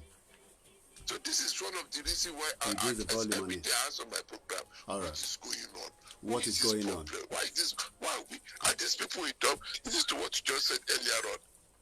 When Ibrahim was bringing money to this country, his state is going poorer and is going richer. Oh yes, when it's just the same way I show those video that says the 10 poorest state. Don't think about that the state doesn't have the money. It's the politicians that are taking the money out, you know, whether in the south, in the east, in the north. They are not interested in the people, but the people are still interested inside one Nigeria, and that is something that is confusing myself. It's confusing a lot of you. Another part of it, I showed you yesterday on my program too.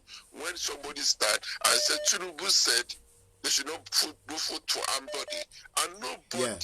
Yeah, I remember what he's saying is during that governorship election, you know, Tinubu said we are not going to vote for anybody, and then they changed the whole system. So the problem is, why is the citizens still want to hold to one Nigeria while the politicians are living large? I will let you, you know, give us your, you know, another 1 minute so that we can get more callers through, you know, my very big brother, Bedu Magazine. Listen, what I'm going to say is that every one of us, let's keep on doing this campaign. And let's put our foot in it anyway, anyhow. We need to clean Nigeria. Nigeria needs to be cleaned. We need to educate the young ones that listen. If we did not do it now, if we did not support what is going on right, if Nigeria did not give you the right thing, and you're not asking them, you are a fool. Wow. No light, no water, no road, and your politicians are living in a mansion, and you are living in a box. Have a nice day. Well, you've had him there. Let's get the next caller, 4042. Your name, where you calling us from? Hello? You're already live, and I think it looks like you're already maybe making a tea or something. The line is very busy. Go ahead, brother, please. Now it's connected. You are not talking. Go ahead. Okay. Yeah. Good morning. Afternoon, depending on your time. Everybody can hear you. Just go ahead. Okay. I started listening to your program. That was maybe yesterday. So, and today you came up with the same topic. I'm happy with the topic, and I will tell you, we are not one at all. Okay. We are not one at all. Hmm. The one Nigeria we are changing is the only politician that is changing it, and the northerners. The one Nigeria is only the politician and the northerners. Okay. That is changing it. Yes. Within us, within the east and the west, we know we are no longer one. Because we are seeing marginalization happening, especially the east. But the west is not trying as much because it's as if they are playing to their tone.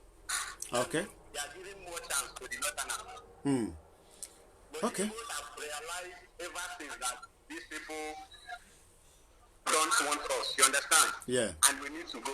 All right. Let's get more callers as well. The line is very busy. Thank you very much. There's a line is very, very busy, and I want to get as many people. Give me 30 seconds left from you, your closing argument. Okay. All right. Let's get another caller. It's a very busy line. 0347. Very good morning and welcome.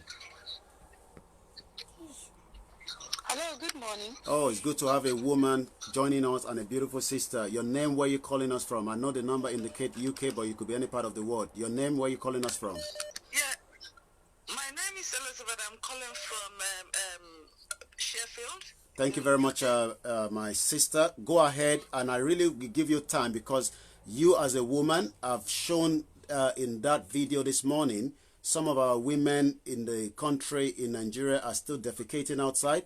Some of them are widow. Some of them are the most one that are battered, heated. And I want you to give us your own argument on whether the politicians that are living large, but Nigerians want to continue to hold on to one Nigeria. I will give you enough time. You just go ahead. Right. All right. You need to mute the other device at home and listen to your mobile phone only. Mute that completely. Because if not, the broadcast is coming back in and people that are watching and listening will not be able to enjoy the conversation. Right. My comment, I wouldn't really call it an argument, is if we continue to hold on one Nigeria, we're not going to go forward. Nothing is going to happen. Definitely there will be some bloodsheds. But we just have to get it done once and for all. Look at what is happening. I am a Nigerian. I was born in Lagos, but I'm an Igbo woman. I'm going to shut the window because there's a lot of echo coming out from it. Continue, my sister. I love Lagos. I'm a Lagosian. I know Lagos every nook and cranny. I'm an Igbo person. But I believe that even if we divide Nigeria, that doesn't stop me from coming to Lagos. Yeah. Oh, yes.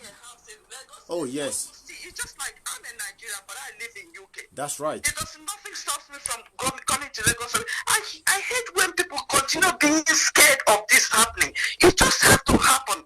If we don't do it for our generation, let's do it for the future generation. Let's do it for the future generation. And some of we women, in fact, if I'm in Nigeria and it's happening, don't be surprised. I will be upfront there, fighting for it, whatever it takes. You know, I am a Nigerian. When I come to Nigeria and see how women are suffering, women are suffering, trying to actualize these issues, but it's only those poor people that are doing it, that are pushing hard. Those people that are comfortable, they don't care. They don't care. They do not care. I am here in London. I have a big farm in Nigeria. When I get there, I try as much as possible to incorporate women, even young men that are already graduates, but you need to see them farming in the farm because they can't get a job because of what is happening. But I believe that if we divide Nigeria, the Yorubas will be able to get a job in the right position. Oh, yes. The Igbos will be able to get a job where they're supposed to, within their discipline. I don't know why you've done that Not for. some uneducated people trying to get all the jobs when the Yoruba It's not fair. It's quite annoying. It's quite annoying. Each day when I read things that is happening in Nigeria, when I'm in Nigeria, because I go to Nigeria. So let me ask you this, my beautiful sister, you know, and thank you very much, because you know, I appreciate especially women intelligent. Why those poorer people then still want to continue to have one Nigeria?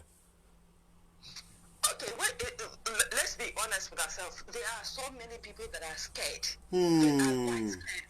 Or they will voice out. They want to voice out, but they are suppressed. They are suppressed. They are not empowered to do whatever they want to do or voice out. You know? Okay, look at it. People want to demonstrate in Lagos. You will see this police, the soldiers, they are silencing them. They are scaring them. You know? And then because what do they feed on? Selling pure water? Hustling and bustling on the street? You go to Igbo land, they are trying to sell in the market like in Onocha, in Aba. If they want to do anything, they will send army soldiers to be on the street, you know, humiliating them. The number is pinned already. Suppressing them. I am angry. I am so angry and upset about the situation in our country at the moment. Wow, thank you. And we have a very educated, we have a set of educated people in Nigeria. We have them. And they still want one Nigeria. Especially in Yoruba and Igbo land. And I'm not being funny, especially in Yoruba land. The Yoruba, they want one Nigeria. I don't know why they want one Nigeria for. They want to continue to be under the slave of the Fulanese. Do you notice this is exactly why we are still where we are now? Because during the Biafra, they were scared. They were scared. But the Awusas are also calling them their slaves. When are they going to learn? When are they going to learn? The Awusas are using them so much. Well, I'm sure they're watching and they're listening, and they realize now that it's better the Yoruba leaders or the elders or whatever they call themselves understand that you know, the push is coming through. Yeah. Smell the seaweed.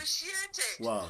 They are not appreciated. Yeah. They are not recognized. They're only being used. They're only being used. Why they are using them? They believe that if the Yoruba should stand up, definitely the Igbos will go. Would go. All right. Thank you very much, my. The Yorubas, their hours get stronger and stronger because they are using them.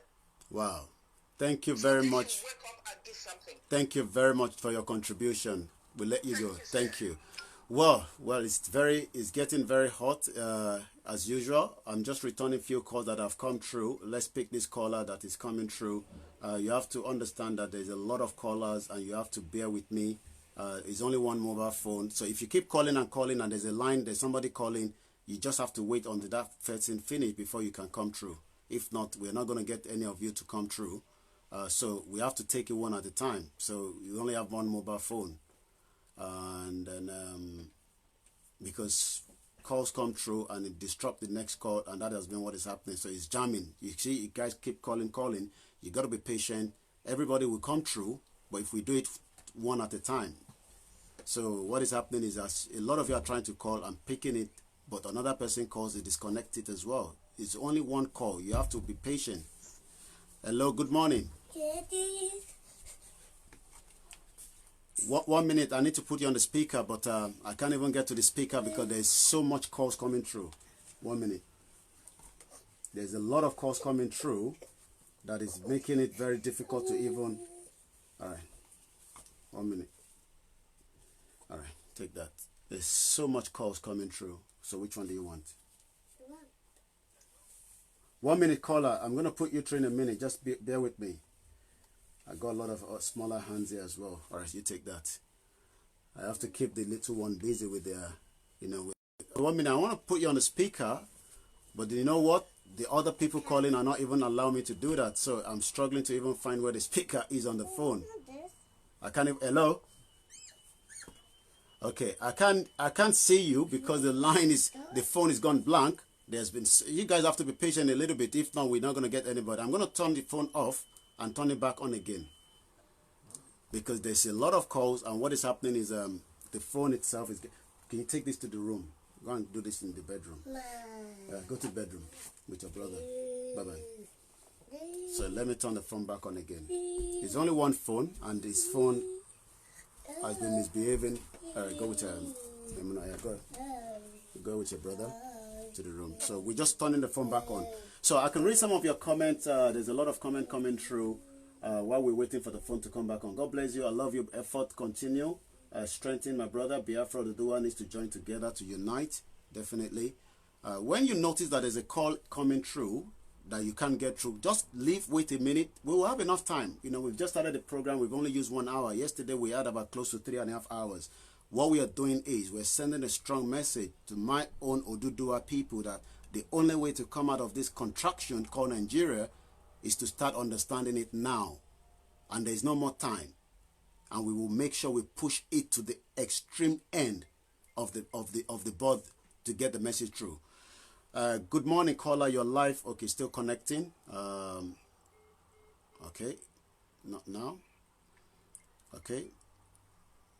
I'm sure this caller have called. If you've called before, you call again. I'm going to disconnect you. Hello, good morning, caller.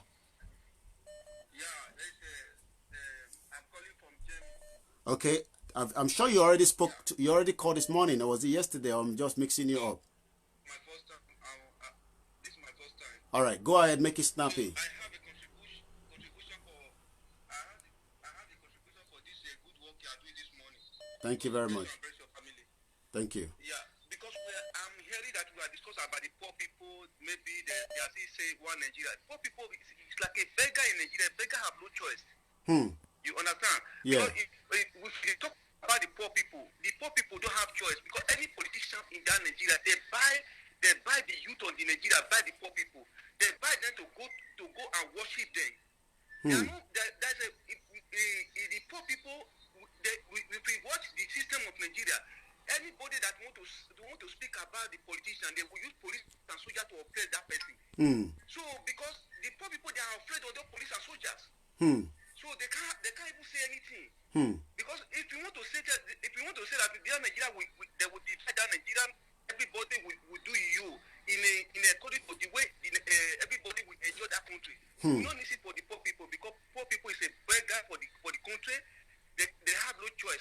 Poor people are beggar for the country. I think we got the point. Let's get more calls. Not because I want to disconnect you, it's because the line is very, very busy. Good morning, caller. You are live now. I think I missed you earlier on. Go ahead now. Your name, where you calling from?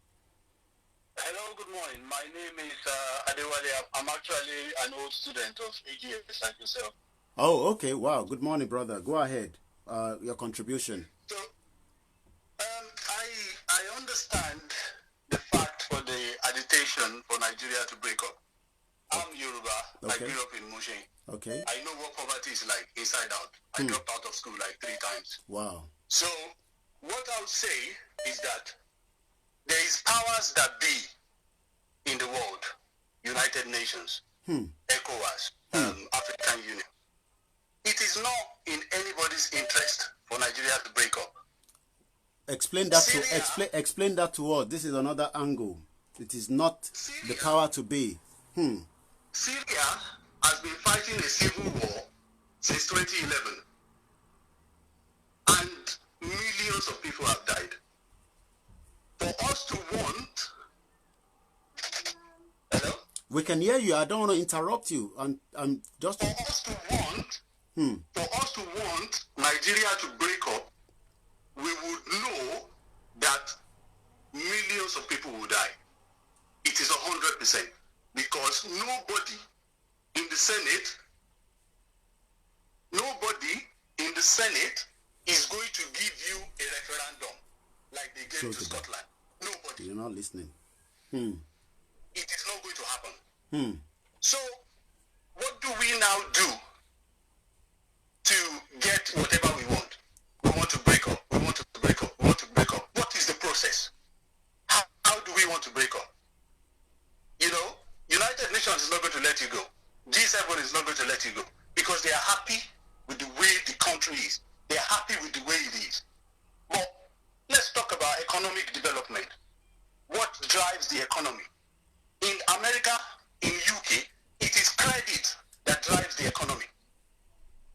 It is not production. Consumer debt in America is like $13 trillion. In the UK, it is billions of pounds. Nigeria, a common man does not have access access to credit. That is what is killing us. If you have access to credit, you go and buy gari in Ogun and sell in Lagos. But the banks are not helping us. So the politicians are stealing the money. Quite right. It is understandable.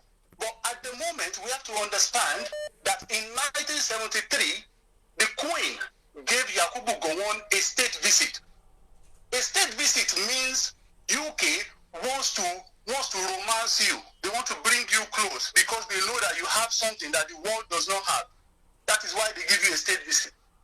But the oil that we have now is selling for $18 per barrel. It's like your father working in NNPC before and now started working in Mushi local government. He's not going to have money to spend. We have to look at the numbers and say, okay, how much are we making? A lot of us go to school, we just go to school to pass exams. Once we leave the school, we throw the cap away. We don't read again since then. An African person has to be able to stress test his ideas. Okay, we are so opinionated that we don't listen to another person. The moment we start saying, okay, let's agitate and let the South go, let the East go, you start seeing the Yoruba people will be saying, let the Igbos go. The Igbos will be saying, let the Yoruba go. Then we start another infighting between ourselves. We need to start thinking, what exactly is my contribution to this country? Like I said, I dropped out of school twice, 3 times. Primary school, secondary school, university. I knew Nigeria was not working from day one. That's why I left. But you need to understand the education. How are we getting educated? Let me try, because the line is busy and I still want to get a little bit from you before you go. Let me just get you clear. So, in all this that you've said now, what will be the solution? We should stay as one country. We should break up by either having millions that will die. We should break up whether it will not happen and 1 million people will die. What I really want, because I've been able to get your argument and people are listening to you carefully as well, but they really want to pinpoint where your own views are. The agitation for Nigeria, okay, what everybody is saying Nigeria should break up, Nigeria is broke up. What is the process that you want to break up? Do you want to get a referendum or you want to go by a civil war? But do you think the referendum will be given by the government of the day? So if the referendum doesn't come, can the citizens shut down the country and then force that to happen? Look at what happened in Sudan. It can happen, but are people ready to go? Two-Face started one time, he stopped. Are people going to go and sit down in Tafawa Balewa Square and say they want the government to go? It is not going to happen. Okay. That is Nigeria for you. Okay. All right. Your point. We need to understand how strong do we believe in this breakup? How do we want it to happen? Okay. Nigeria is like Major of here. Okay. You get there and you will not see anybody there behind you. Okay. That is Nigeria for you. Fela was a messenger God sent to us. And nobody listened to him. We don't want die. We don't want to. We don't want. I'm gonna let you go, but I'll give you 1 minute to. I'll give you another 1 minute to answer this. So, but do you now think that where we are right now, that this agitation is becoming very heavy? Those at home as well are already feeling the pinch due to this COVID-19. We're going to go into a second recession. There's no doubt about it. But what, I mean, somebody said this man is making sense. Somebody saying you are making sense. Maybe everybody might not agree with you, but at least I see a comment say somebody say you are making sense.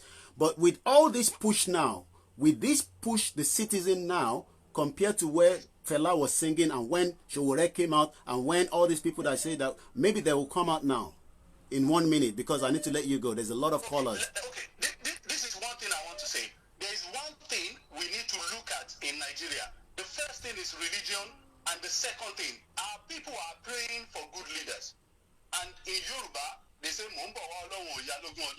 so if you continue to leave your leaders to God to judge, it is not going to work. Okay. All right. Prayer and action are very, very different. Okay. We have to set out a plan of what we want to do. Please do. This is how we want to approach it. Do continue. Thank you. Not just say we want to break, we want to break, we want to break. Where is the plan? Okay. Okay, action plan. What are we doing? What are we doing? Okay. It's not going to break in one day. It is the same thing. Nigeria has not worked since 1960. But what's the plan?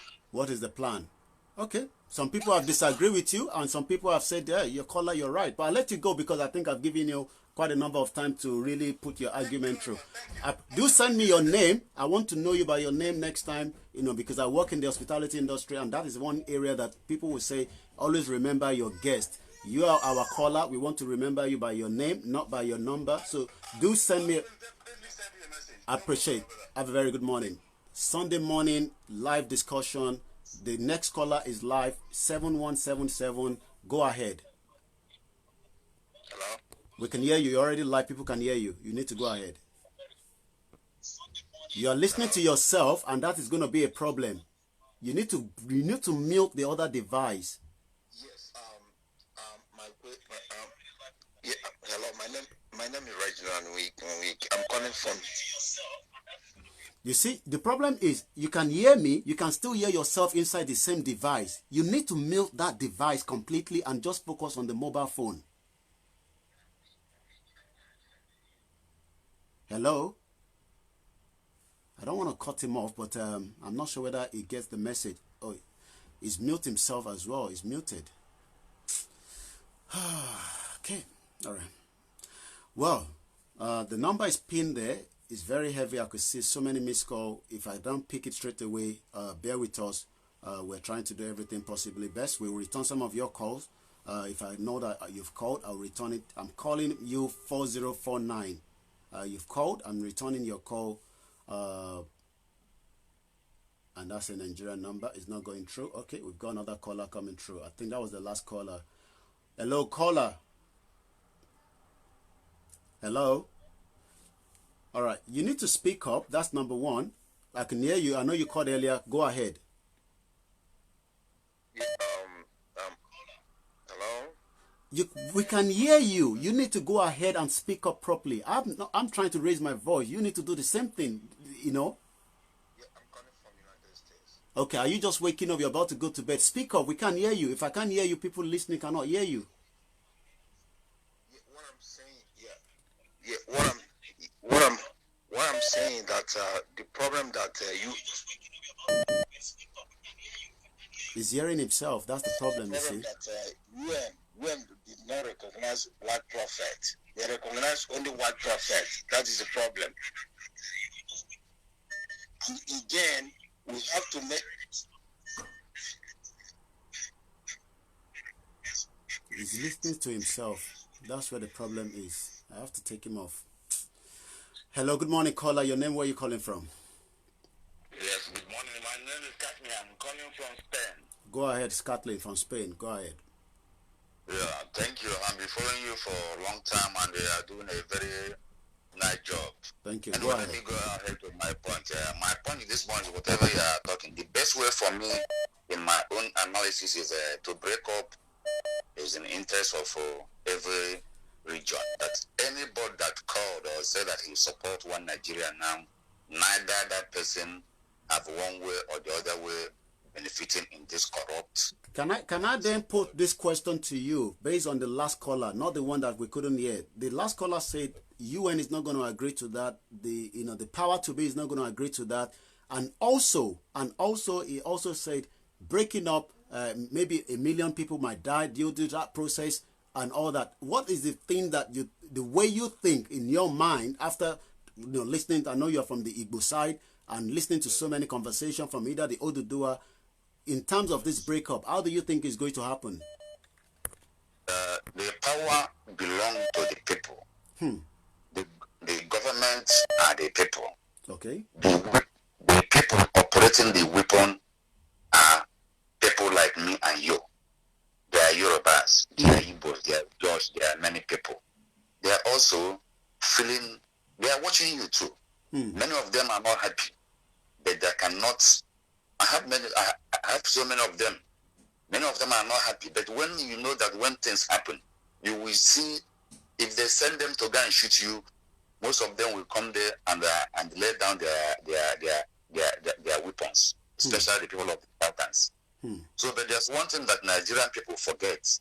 I used to live in Bombay State in the early 80s. The only place that Fulani never conquered is what they called Kanuri Empire. Hmm. So, and when this Buhari came to the power, they make an agreement.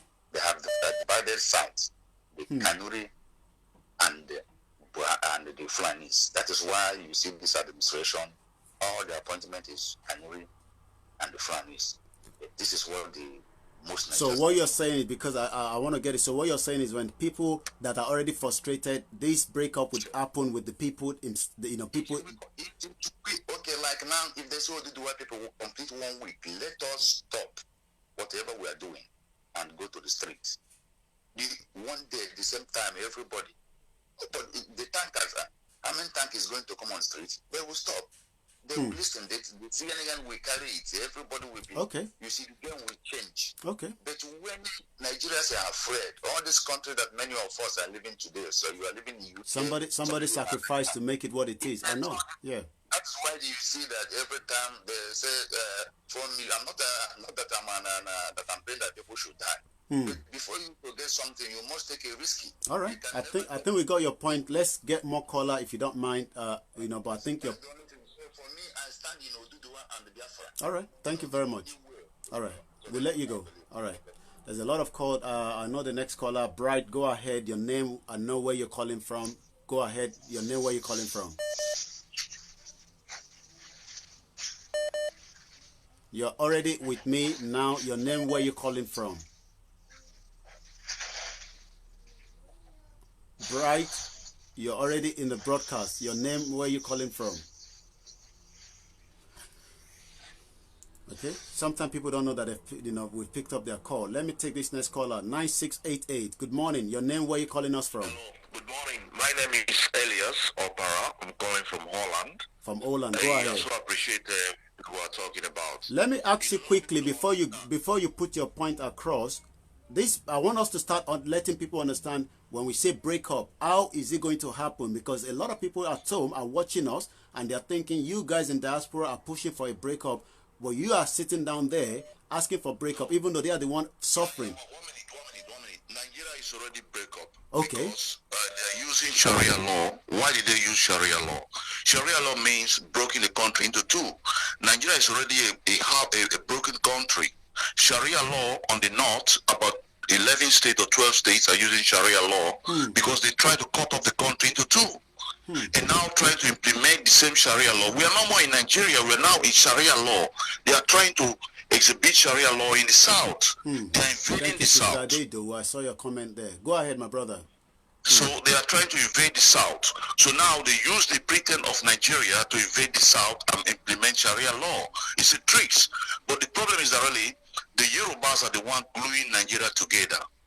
Wow. They are the one holding Nigeria together. Okay. But they will lose because the same thing that will happen in the south by Sharia law, they will still implement it in the Yoruba side of the Sharia law.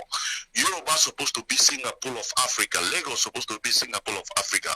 Highly educated, highly industrialized, everything.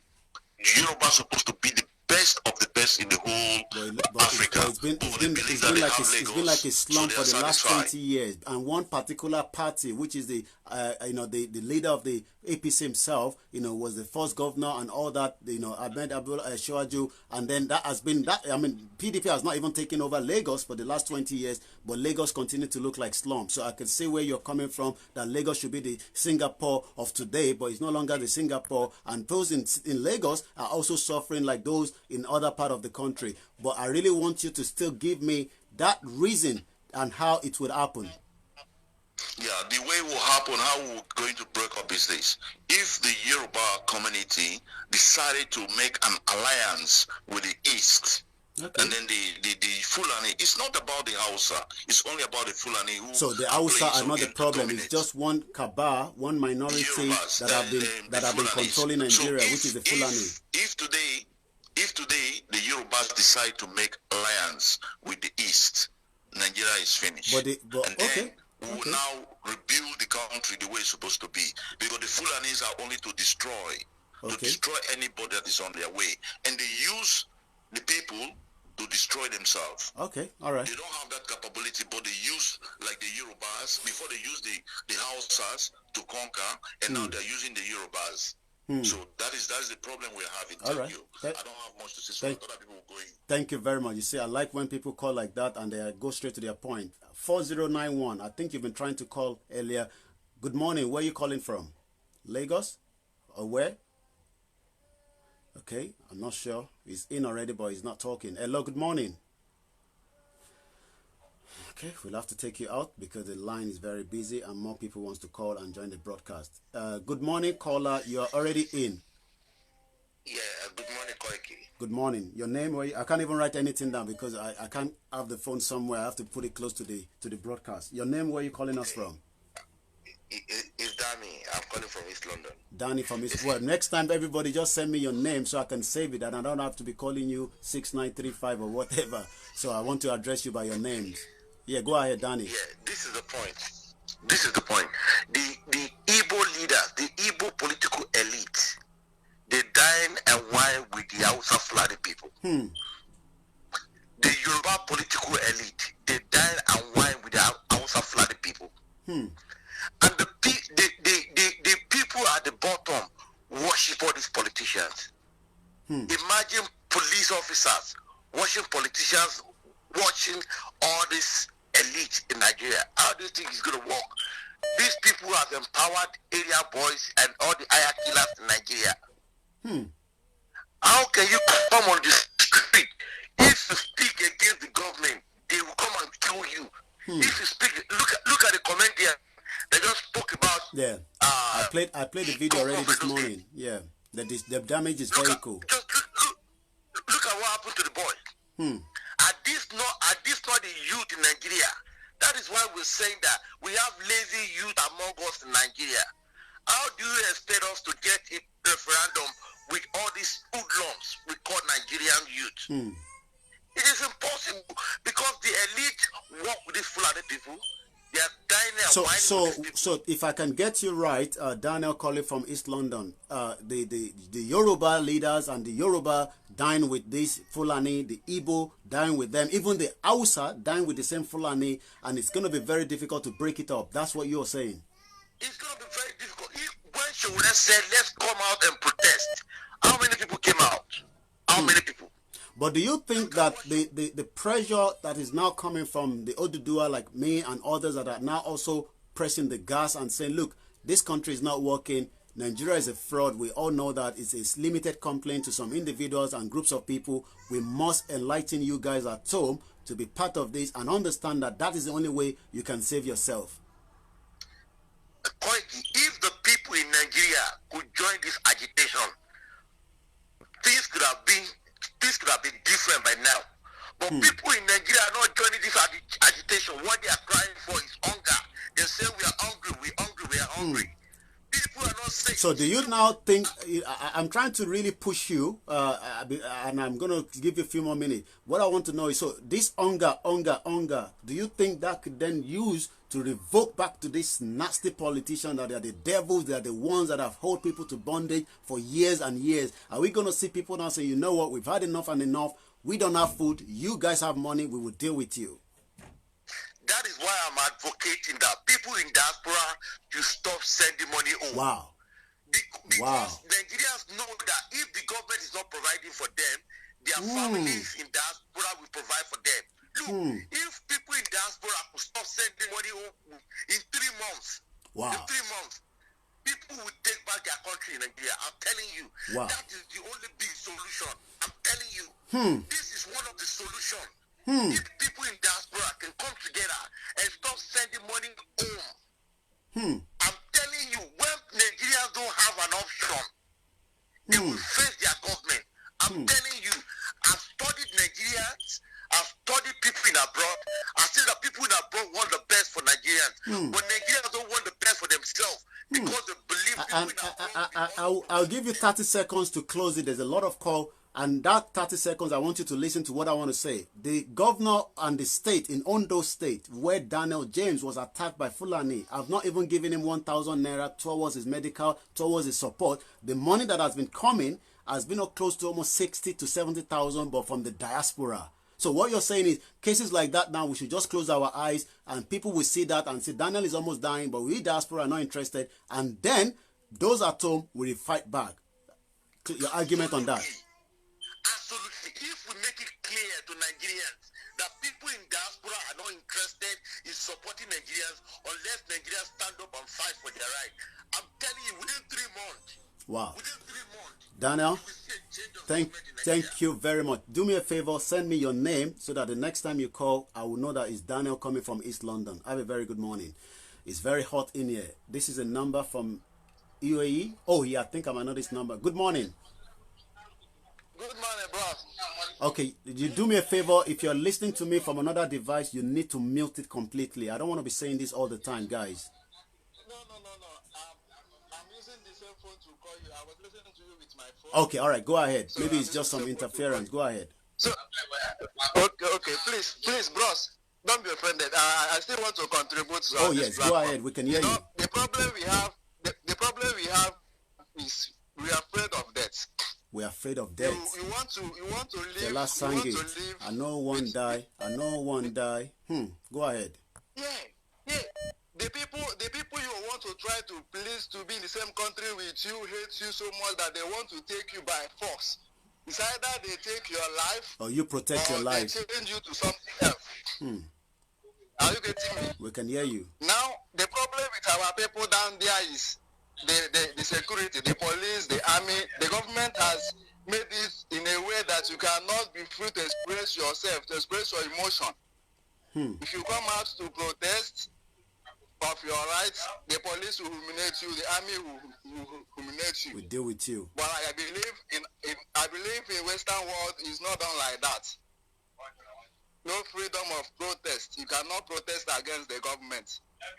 And some group of people that are benefiting from this government are telling you that before you can get freedom, you will die or you go to war. So let me ask you this. I mean, we know that we have, so many of those that are still, like someone have said, whining and dining with all of them whine and dine. And my headline, let me repeat that again. My headline this morning says, Part 2, Nigeria is on the verge of breakup. Politicians living large while citizens are the one caught for one Nigeria. Your closing argument quickly on that.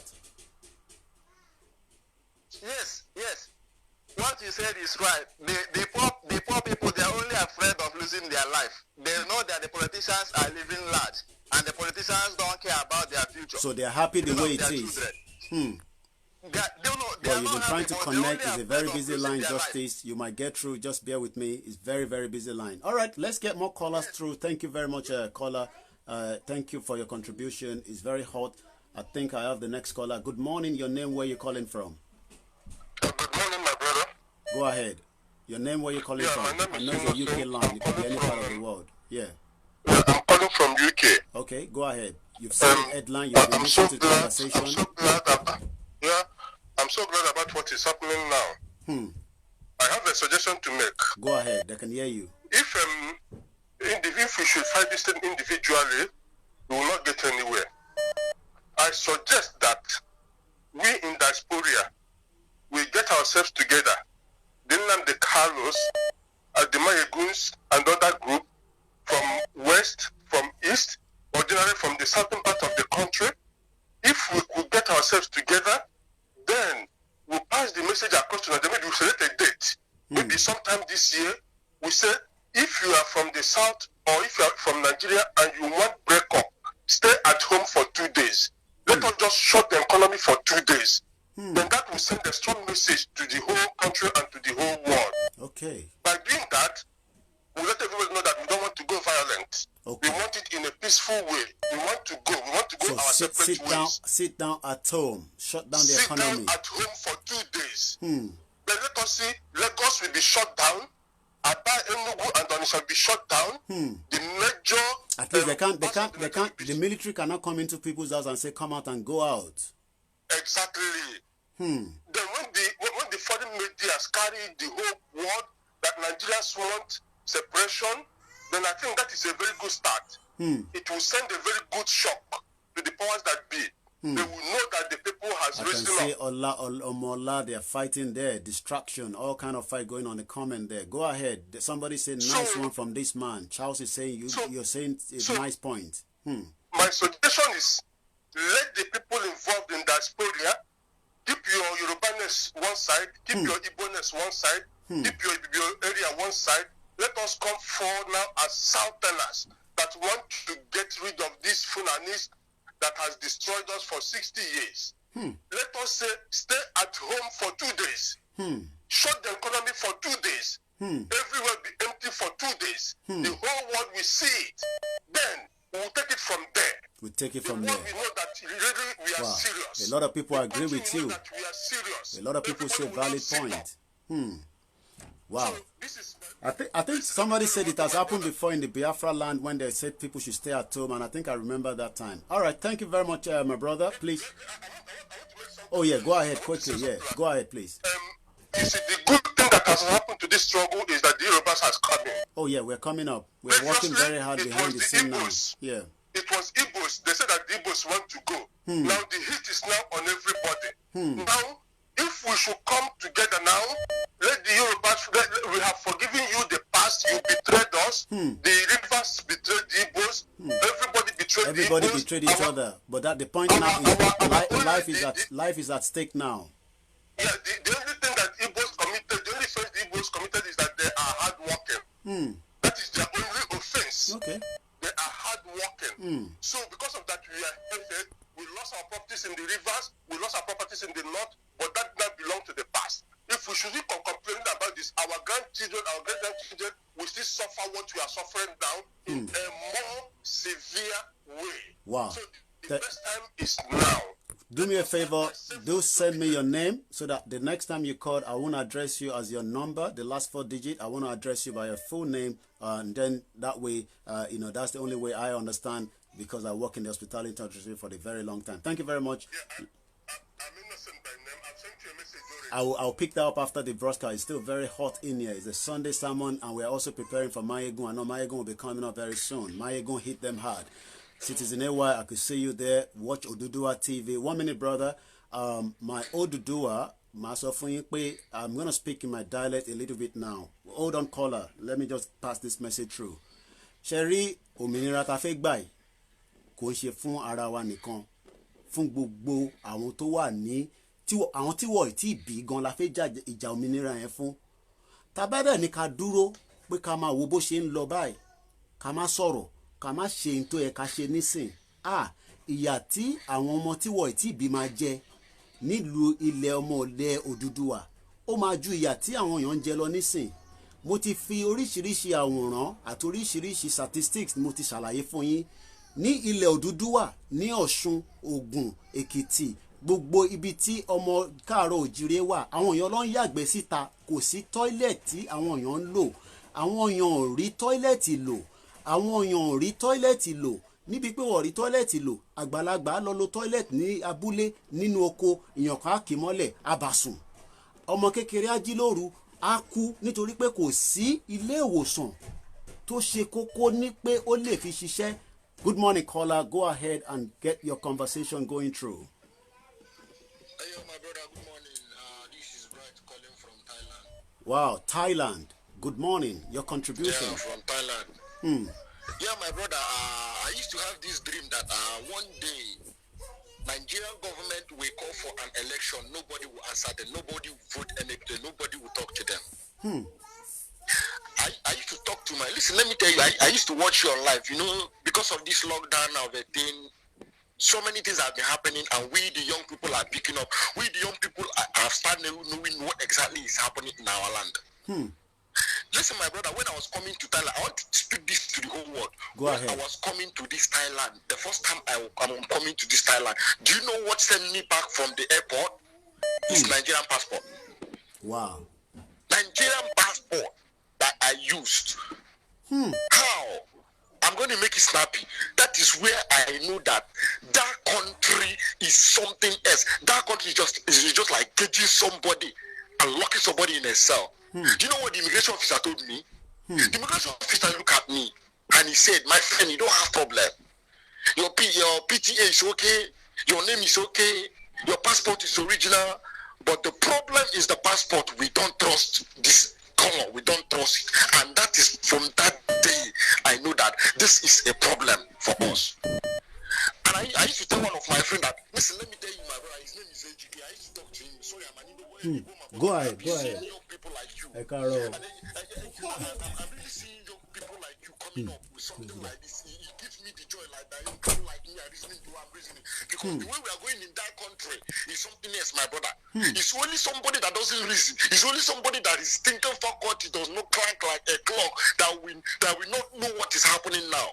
Listen, the dollar is taking over us. The oil have dried. One day the dollar will clock to 1,000 naira, and that when you will know that the politicians will come out one day and look for people that will vote for them. They will not see anybody. Everybody will not see anybody because everybody. If you vote for you, if you vote for you, what will you give us? It's the same thing. Them. That's what we're calling them. Wow. Do you understand, my brother? I don't mean to take so much time. No. Go. I can feel your pain. Everybody has a pain of one reason for Nigeria, why they've left and all that. I left Nigeria. I mean, I'm going to tell you mine experience. Just wait there. I left Nigeria in 1998, and I didn't go back home since then. And it's about 21 years until I started going back home in the last 5 years. And that's about 21 years ago. Go ahead, my brother. Okay, and just like as you said, there was a brother that tell me that he used to speak. The brother speak me in Brook. He said, "Brother, you better say you suffer for Dubai than say you suffer for Nigeria." So to buttress it, because there's still a lot of calls, and I know Mayego is coming up very soon. I know it's normally come about 10, and we don't want to be having program together when we want to make sure we're hitting them very, very hard. Citizen AY is going to come on. Frank Bello is going to come on. Give us your closing remark in 30 seconds. So, my brother, let me tell you one thing now. What I'm trying to say is that let's all work together. Let's all work together. We have known that. Now we have known that Igbo man is not the Yoruba problem. Yoruba is not the Igbo problem. The nasty politicians, the devil politicians are the problem. Sorry, my brother. Let me never waste too much time. In school, they don't teach history. They never teach history because they know if they teach history, when the young ones sit down and meditate on the history and they read the history the way it goes, they will know that these people are teaching us for years. Wow, let's get more call coming through. I appreciate your call all the way from Thailand. Thank you, my brother. Wow. All right, you're live now. You need to mute that device and let's get you clearly. 6935. I can see your face with your headset. Your name, where you calling from? I didn't catch that. If I can't hear you, people watching cannot hear you. You need to speak up, brother. There's a lot of calls. Toba Oluwale, are you an Odudua or you still believe in one Nigeria? My name is Toba Obiwale. I'm calling from London. All right. I just want to know, are you still an Odudua or you believe in one Nigeria? What is your own take? I'm Odudua, bro. Odudua, Neo. Go ahead, brother. Yeah, my contribution to this media talk is I think you're doing the right thing by calling out this, because I think most Nigerians, they don't know where they belong. And most particularly what I would say is that we need to come together, because you cannot be fighting your own mind. You can't be having a war within your mind and you want to win the war outside your mind. If we don't come together, who is going to be ruling that country? It is our country. We need to fight it back. You don't need to blame the Igbos. You don't need to blame anybody. We need to just come together and fight it back. The East are coming together to an extent that you can feel the heat. My Igbo friend, I cannot stay with him for long, because this Biafra thing is in their head. He's inside the blood. They're not joking. Yeah. The Yoruba are still sleeping. The Yoruba, one minute, my brother. I'll give you some time. The Yoruba are still thinking in their head that we will continue to have them under slavery, and we are saying that is enough. Is enough. Go ahead, my brother. Well, what actually I want to say about the government's perspective is that they are controlling people's mind. I will take away your food. I will take away your money. I will take away your benefit. Tell me how are you going to survive? They're pushing people to the limit. Okay. And at a point where you're about to act, they give you something that you'll be able to depend on in a very short time of period. All these things make me to come alive back again, like, oh, they're taking care of me. So all these things have to stop. We have to start from those Senate people speaking. They can't even speak good English in the Senate. They speak, I can't even imagine that. These are the lawmakers that we have in the country. Let us watch 1 minute, brother. Don't go there. I'm gonna release this video that I've just played this morning. I'm gonna release it back again, and I want you to just listen to it. I know you cannot see, you don't worry, but just listen to it with others, and then we will review that video again. Let me unmute the speaker. Okay, I need to pause my other, this one. I need to, all right, let's listen to this together, and then this is the poverty level in Nigeria. All right, so I'm playing the video now.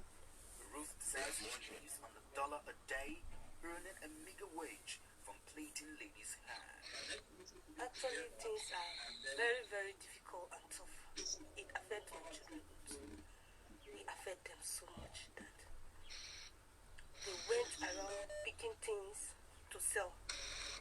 So you see that the government support the poor people because our youth need a job. Honestly, our youth need a job. And we also, the mothers, need something to take care of our children. You can see, I'm going to pause that. You've listened to Ruth, my brother there. What will you say? Are we just shouting for ourselves, or are we shouting for someone like Ruth that cannot shout for herself? What would you like to say to that? We're shouting for Ruth. We're shouting for Ruth. Well, because this, I can see the children picking up the gutters. I'm going to mute it and just continue to roll the video, but you continue talking. Go ahead. I can see how children are picking something on the inside the gutter. This is not the life we want our generations to live. Most people are in the diaspora. We are enjoying. We see the system, how it is being done. These are the orientations that we need to take back home. I can imagine when I finished my secondary school in 2014, where are the graduates from that year to this year? Everybody's just graduating from school without any reasonable knowledge, any practical knowledge to continue in their life and make everybody feel okay. This is unbearable. We need somebody said the woman sound very academic, but the problem is the country has messed up, as bastardized her, because they cannot educate our kids. She's very eloquent. I mean, for her to even speak to that level, she's very eloquent. And you can see the pain in her eyes. Let me rewind that back. I really want to focus on Ruth. You can see Ruth is not lazy. Ruth is hardworking. But Nigeria has messed up our politician. This is where Ruth lives with her children. Can you see it? The area boys, most of them, they are graduates from the universities. What are they doing right now? They are on the street. This is unbearable. This is serious. It's serious. People don't understand that. People think we are joking. People don't understand. It's serious. It's serious. Look at the face. Look at her. She's in real pain. Can you see it? All right. Let's just 30 seconds. Close your argument, and then we can get more callers coming through. What I actually want is that we just need to come together. Okay. I can see some comments saying Nigeria cannot be very okay again. Nigeria is a good country. We have every resources to be okay. But the politicians are leaving light on that. We're just puppets to all right. Other countries. If Nigeria is good, other countries gonna have problems. All right, let's take more calls, brother. Sorry, I have to let you go now. I appreciate. Send me your name and your number, so next time you call, I will have your details. Good morning, caller. Your name, where are you calling from? Hello. We can hear. You need to speak up. You're already in. You're lucky one. You have to speak very, very hard. Okay. All right. My brother, I just want to thank you for the work not you thank are me. doing. Yeah, let's try to solve the problem here. This is the problem, my brother. These people are waiting for me and you. Go ahead. You see, the problem, as it is right now, the problem right now is if you go to the eastern part of Nigeria, you will see that the Igbos that are championing for the Biafras are ready to go. Okay. They started this thing far back some years ago. They have succeeded in making everybody to understand that Nigeria is not going to work. So today, it's like our brothers from the western part, which are the Yorubas, they are just working. They're just starting. Okay. Understand? So we can't. I understand that we cannot make them to move the same speed with the Igbos. Somebody said so yesterday as well. Gradually, they are going to be there. My happiness is that people like you are coming out. People like Mayegu are coming out, and Frank. Oh, yes. So believe me, believe me, we are going to be there. We are going to be there. All right. Nigeria is not made for the benefit of any of us. Okay. All right. So we have to break it. Thank you. Thank you very much. Thank you. Well, we have to break it. That's what the next caller have said, and it has to be breaking down. And you can see, look at those children. And if you don't feel pain for these, then I don't know what else or kind of pains you'll be feeling. So let me bring it back to my face. There's been a lot of calls. Some of you have tried to call through, but you can't get through. You have to understand that, okay, somebody say, good morning. Why are you not picking my calls? It's not me that doesn't want to pick up your calls. It's just that there's a lot of calls coming through. The phone is a little bit freeze again. I'm going to turn it off and turn it back on. It's not an easy one when you have, so many people want to join the broadcast. So you have to bear with me. So I'm not the one not picking up your calls. It's just that the situation. Also, let me quickly show you, maybe if you have not watched that earlier, let's take you back to these particular statistics that I'm turning the phone back on, and I will call that person that sent the message as much as I'm not the one that doesn't want to pick up your call. So let's turn this back again, and then let me show you this. When it comes to a country without sanitation, you pick up Nigeria. No good toilet is Nigeria. Defecation, we are part of that as well. I read this earlier on this morning, and this is it again. 47 million Nigerians don't have proper toilets. It used to be India, but Nigeria now has overtaken India. We are not just the poorest people in the world. We also don't have people that have nice toilet. People are using what we call bushes and litters of different, even people use it on Third Mainland Bridge. I'm sure you've seen some of the videos sometimes. They capture them when they are doing their poo-poo inside Third Mainland Bridge. So let me call my caller back. I'm not going to pick anyone first because it seems this person really wants to say something, and I'm calling you back now. 6898. You are now live. Don't have anything playing at the background. Fire on straight away. Hello, good morning. Okay, you need to speak up more than that because you are so angry with your text message. You are called through now. You need to, if you have to shout, you shout. Okay, good morning, my brother. It's better. Morning. Go ahead. Yeah, I am Pastor Chinezie. Good morning, Pastor Chinezie. Where are you calling us from? I'm calling from Austria. Austria. Good morning, Pastor Chinezie. Go ahead. Thank you for what you're doing. Well, let's thank the people that are waiting for me and you. Yeah, so what I want to say is this. Based on the question you asked, why is it that the people are not in support of breaking of Nigeria? That's right, yes. Why? First and foremost, the reason are the people that are in the corridors of power, have already are using those people to manipulate. Can I quickly ask you, brother, Pastor Chinezie, who are these people? Because a lot of people might not, when you say these people, we don't know who they are. You tell me who they are, the people in power of corridor. Like Bola Ahmed Tinubu. Okay. Okay. And so on and so forth. Okay, all right, go ahead. Go ahead, brother. So, when they pick those guys and they give them peanuts, and they sold lies to them, because who are the people doing thuggery when it's time for election? Because of 10,000, 20,000, they're going to risk their life. So the only thing is like what you're doing now. If we can be able to have people on the ground, because for us to be able to get the entire people sanitized in terms of in the area of knowledge wise, to make them somebody asked a question here, Pastor Chinezie. Let me put that through to you because we're reading the comment and I'll be picking them at random. This individual, it's running away. Let me quickly pick it up. It says, how can we get the Yoruba political leader and the Igbo political leaders too? They may be working against this agitation. How you can, the truth is they are working against the agitation. Okay. You cannot expect them because what we are trying to do is just to take food out of their mouths. Okay. So they are not going to support you. Okay. Because Nigeria is their bread. Wow. So they are sharing it among themselves. So my topic this morning really reflect that then. So the only thing for us to get revolution, and I've never seen where revolution start with the rich people. No. Revolution start with the poorest of the poor, the people that have been marginalized, the people that felt that there is no more hope. As Nigeria is today, there is no hope. Read your comments. Yeah, go ahead, Pastor. As Nigeria is, there is no more hope for the hopeless people.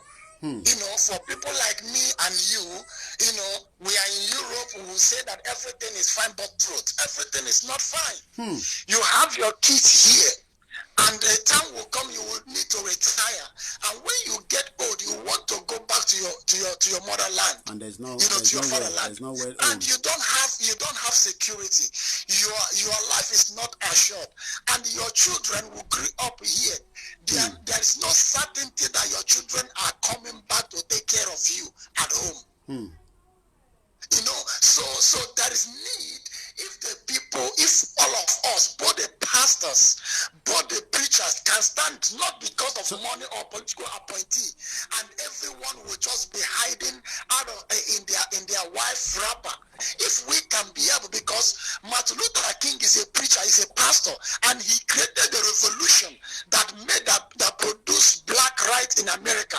Today that the blacks are enjoying, and he gave his life for it. Somebody must die. When you want to talk about peace, somebody say you are right, Pastor Chinese, you are very correct on that. But are the pastors and the imam and the religious leaders in Nigeria, do you think they will be talking about this as well, or they are just going to say you don't know what you're talking because you are a pastor, you live outside the country, don't interfere with us? Yeah, I've been in that country, I've been there. I grew up there and I know everything that is going on there. The problem, or let me make it clear that the problem of that country, the Sioux country, is religion. Wow. I'm a pastor, I'm a preacher, but I must say the truth. Because Tinubu comes from he's a Muslim. He's a Muslim, from what we know. He has an imam. And Yoniosi Banjo is a pastor. You're right. And he has a spiritual father. Every government man, either you come from a Christian home or you come from Muslim home. So you have a pastor, and when you are doing something wrong, it is a duty of your pastor to stand out and rebuke you. If he rebukes you secretly, you could not change. He comes out in the public and rebuke you openly. That is what the Bible says. He said, open rebuke is greater than the secret love. I get it. So the problem, I am a preacher, but I am not among the people that believe that every preacher now is praying so that they will have one politician in their church.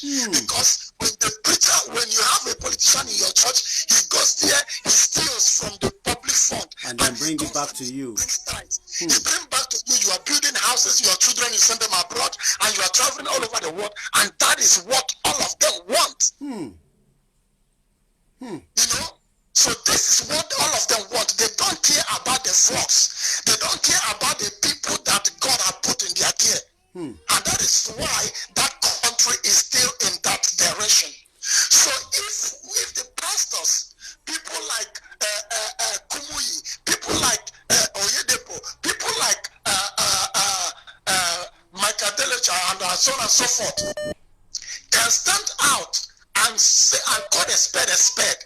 I remember when Idahosa was alive. Idahosa breaks so many barriers. He breaks so many records. He went directly to Abacha and told Abacha there is something Abacha wanted to do. He told him first, he said, if you try it, you die. But today, who amongst them can stood? Who among them can stand in that gap?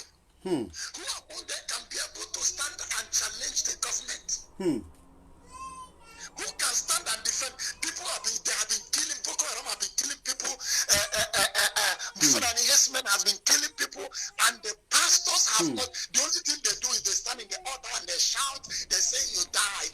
Die. Who are you destroying? You must die. You must die. That's what they've been doing. That's why all they're doing is they want to open up all the religious centers as quickly as possible in every state. I'll give you another 1 minute, Pastor Chineze, and thank you very much for this enlightenment from the pastoral angle, the religion angle. A lot of people have saying, yeah, religion is a big issue in Nigeria. You are correct. People so much agree with you. Maybe they will say because this pastor is not in Nigeria. That's why. Maybe if you're in Nigeria, you also have one politician. I don't know. I'm just asking you. My brother, if you go, ask about me. I have my church in Abia State, and everybody that knows me, that knows who I am, knows that I'm a no-nonsense person. Wow. I don't tolerate anything that is evil, even in my family. Wow. Thank you very much. I am from Imo State. I'm from our mama. Anybody that knows me knows I am an honest person. I study the scripture and I believe in truth. Anything that is shady, I cannot put my hand in it. Wow. Thank you very much, Pastor. I have so many pastor friends that put their hand and I withdraw myself from them. Okay. All right. Let's get more caller. That At is least. who I am. It was a good thing that I read your comment and I thought I will return your call. Thank you very much, and let's keep in touch. We'll be ringing it very handily very soon because I know Mayegun will be preparing his Sunday sermon for us. Do watch Odudua TV, listen to Frank Bello, watch Heritage Platform, Abike Relu, David Hamilton. We will put more pressure. We will make sure that the message continues to be there. Thank you very much. I could say one of my very good political analyst all the way from Singapore that is watching as well. Go ahead with your name and where you're calling us from. My name is Prince. I'm calling you from Washington, D.C. City precisely. DC. Go ahead. I'm from River State, and I'm an Igbo guy. I want to tell you something. We can hear you. Go ahead. People are waiting for you. Go ahead. Don't pause, don't mute. Just go ahead. I want you to use your platform to advise your fellow Yoruba brothers or the Oduduwa brothers. You see, there's something we the Igbos or we the Biafrans don't like. You see, when we struggle for our Biafra issue, the Yorubas will tell us, you can never get this Biafra, you can never get this Biafra. But you see, when a Yoruba wise person is talking about the Oduduwa Republic, we the Biafrans will support. We say, yes, you are right, you are right. But when we want to do our own Biafra something, the Yoruba, some of them will say, you can never get it, you can never get it. So I think you have to use this your platform to advise your brothers that we the Igbos, we are not their enemies. Okay. Let them stop seeing us as enemies. Okay. I'm sure everybody wants the same thing, but they probably will say to you, we are doing it the way we want to do it. You won't push us. We are working on it, and as you can see, we are working on it. We will get Oduduwa. I know the Igbo people want to push, but at the end of the day, everybody has different strategy. We are on the same. I hope that gets clear to you, what I'm saying. Yeah. Okay. All right. Let's get more callers. That was from Washington, D.C. Okay? We can always educate ourselves and enlighten ourselves. A lot of people will say, oh, Igbo people will say, oh, you Yoruba, you are not doing anything. You know, you're not. Yes, we know you have been agitating for it. Yes, we know all this. But one thing is, we are also agitating for the same thing, and we will continue to press the gas. Good morning, caller. Your name, where are you calling from? Good morning. My name is Christopher. I'm calling from Paris, France. Go ahead, brother. I heard somebody talking about the people collecting money during the election, and also the pastors. For me, my brother, Nigeria problem is a very big issue. Now, for those collecting money during the election, I don't blame them because the politicians have subjected those people to. I say the same thing as well. They have a lot of things that they already been suffering, and when that election comes, they're not interested in what happened after it. Go ahead. So, and the pastors too, my brother. I have seen somebody pay school fees. Pay tithes when he was young. He entered the church when he was young. He got married, has children, And all these pastors have universities, primary school, and all that. The members cannot afford the school fees. A whole lot of them. They have private jet that their members cannot even afford. So my question is, these pastors, do they pay tax to the government? No. They are part of the problem we are facing today. Because they collected the money they made are from the members, the little they have. They force them to pay their tithe and offerings. At the end of the day, most of the members cannot eat 3 square meals a day. They are so confused there that they will tell you, if you don't do this, your enemy will die. Enemy will die. At the end of the day, the little service they had, they will bring it out and pay tithe. Just to say, I want to deliver you. All right, I'm going to, somebody mentioned Idausa. I think I've been able to pick something that I can play. Thank you very much, brother. I think your contribution was very valid.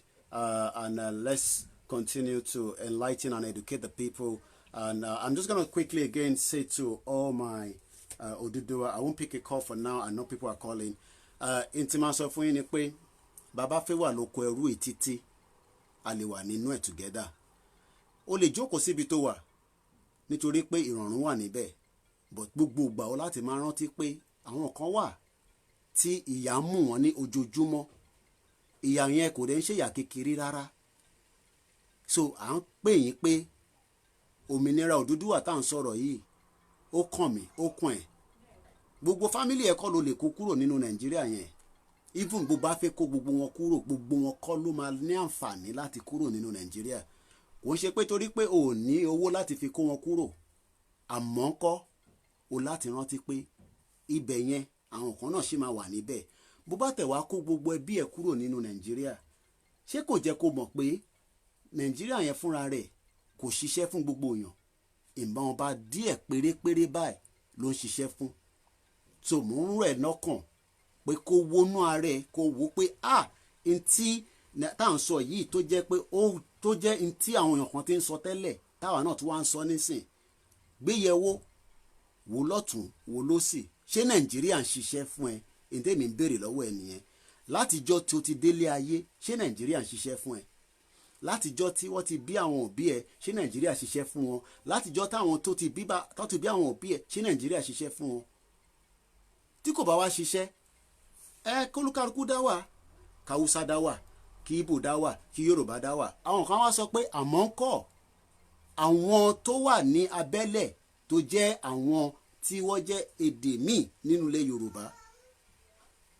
Bàbá gbé jẹ́ pé nǹkan mẹ́fà ló máa jáde nínú Nàìjíríà. So be it. I did explain to you that I was going to be speaking a little bit of the dialect to get the message across to those that are from the Odudua. We're going to bring the broadcast to an end very soon. Let's get this caller coming through. I think it's from Lagos, but it could be in any part of the world. Good morning, and caller. Where are you calling us from? Your name? Where are you calling from? Good morning. Go ahead. Hello, can you hear me? We can all hear you, not just me alone. Go ahead. That's it. Precisely. Yeah, the problem about this country, because being around, I think the problem we have is in the south, more especially the west. More especially those who in Lagos and the rest around the west. I think anybody that stays in Lagos, they think as Lagosian because of what they have been fed with. Within history in school, so what they have been fed with, they are afraid to die. That's why when I come on social media at times, I just feel pity for the youth of this country. Every year they are there preaching one Nigeria because of hatred, what they have been fed with when they are growing up. You see, I stay in the north. I have traveled around the north. I was born and brought up in the north.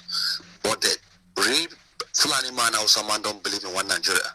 They believe in one Nigeria just for an evil agenda which they have. Can you hear me? We can hear you, not just me. Everyone can hear you. I stay in them. They see me as one of them. Most of them don't even know I'm not an Hausa man. They believe I'm one of them. I grew in the house of late Major Bauer, and I was there as a child when his friend that fought the war normally come around to visit him, including Wushishi. That was when I saw the Black Scorpion as a child. So when they discuss things about this war that passed, I see some of those soldiers, those northern soldiers, are not pure Fulani men that fought the war. They are not pure Hausa Fulani men. These are tribal people. Some convert to Muslim.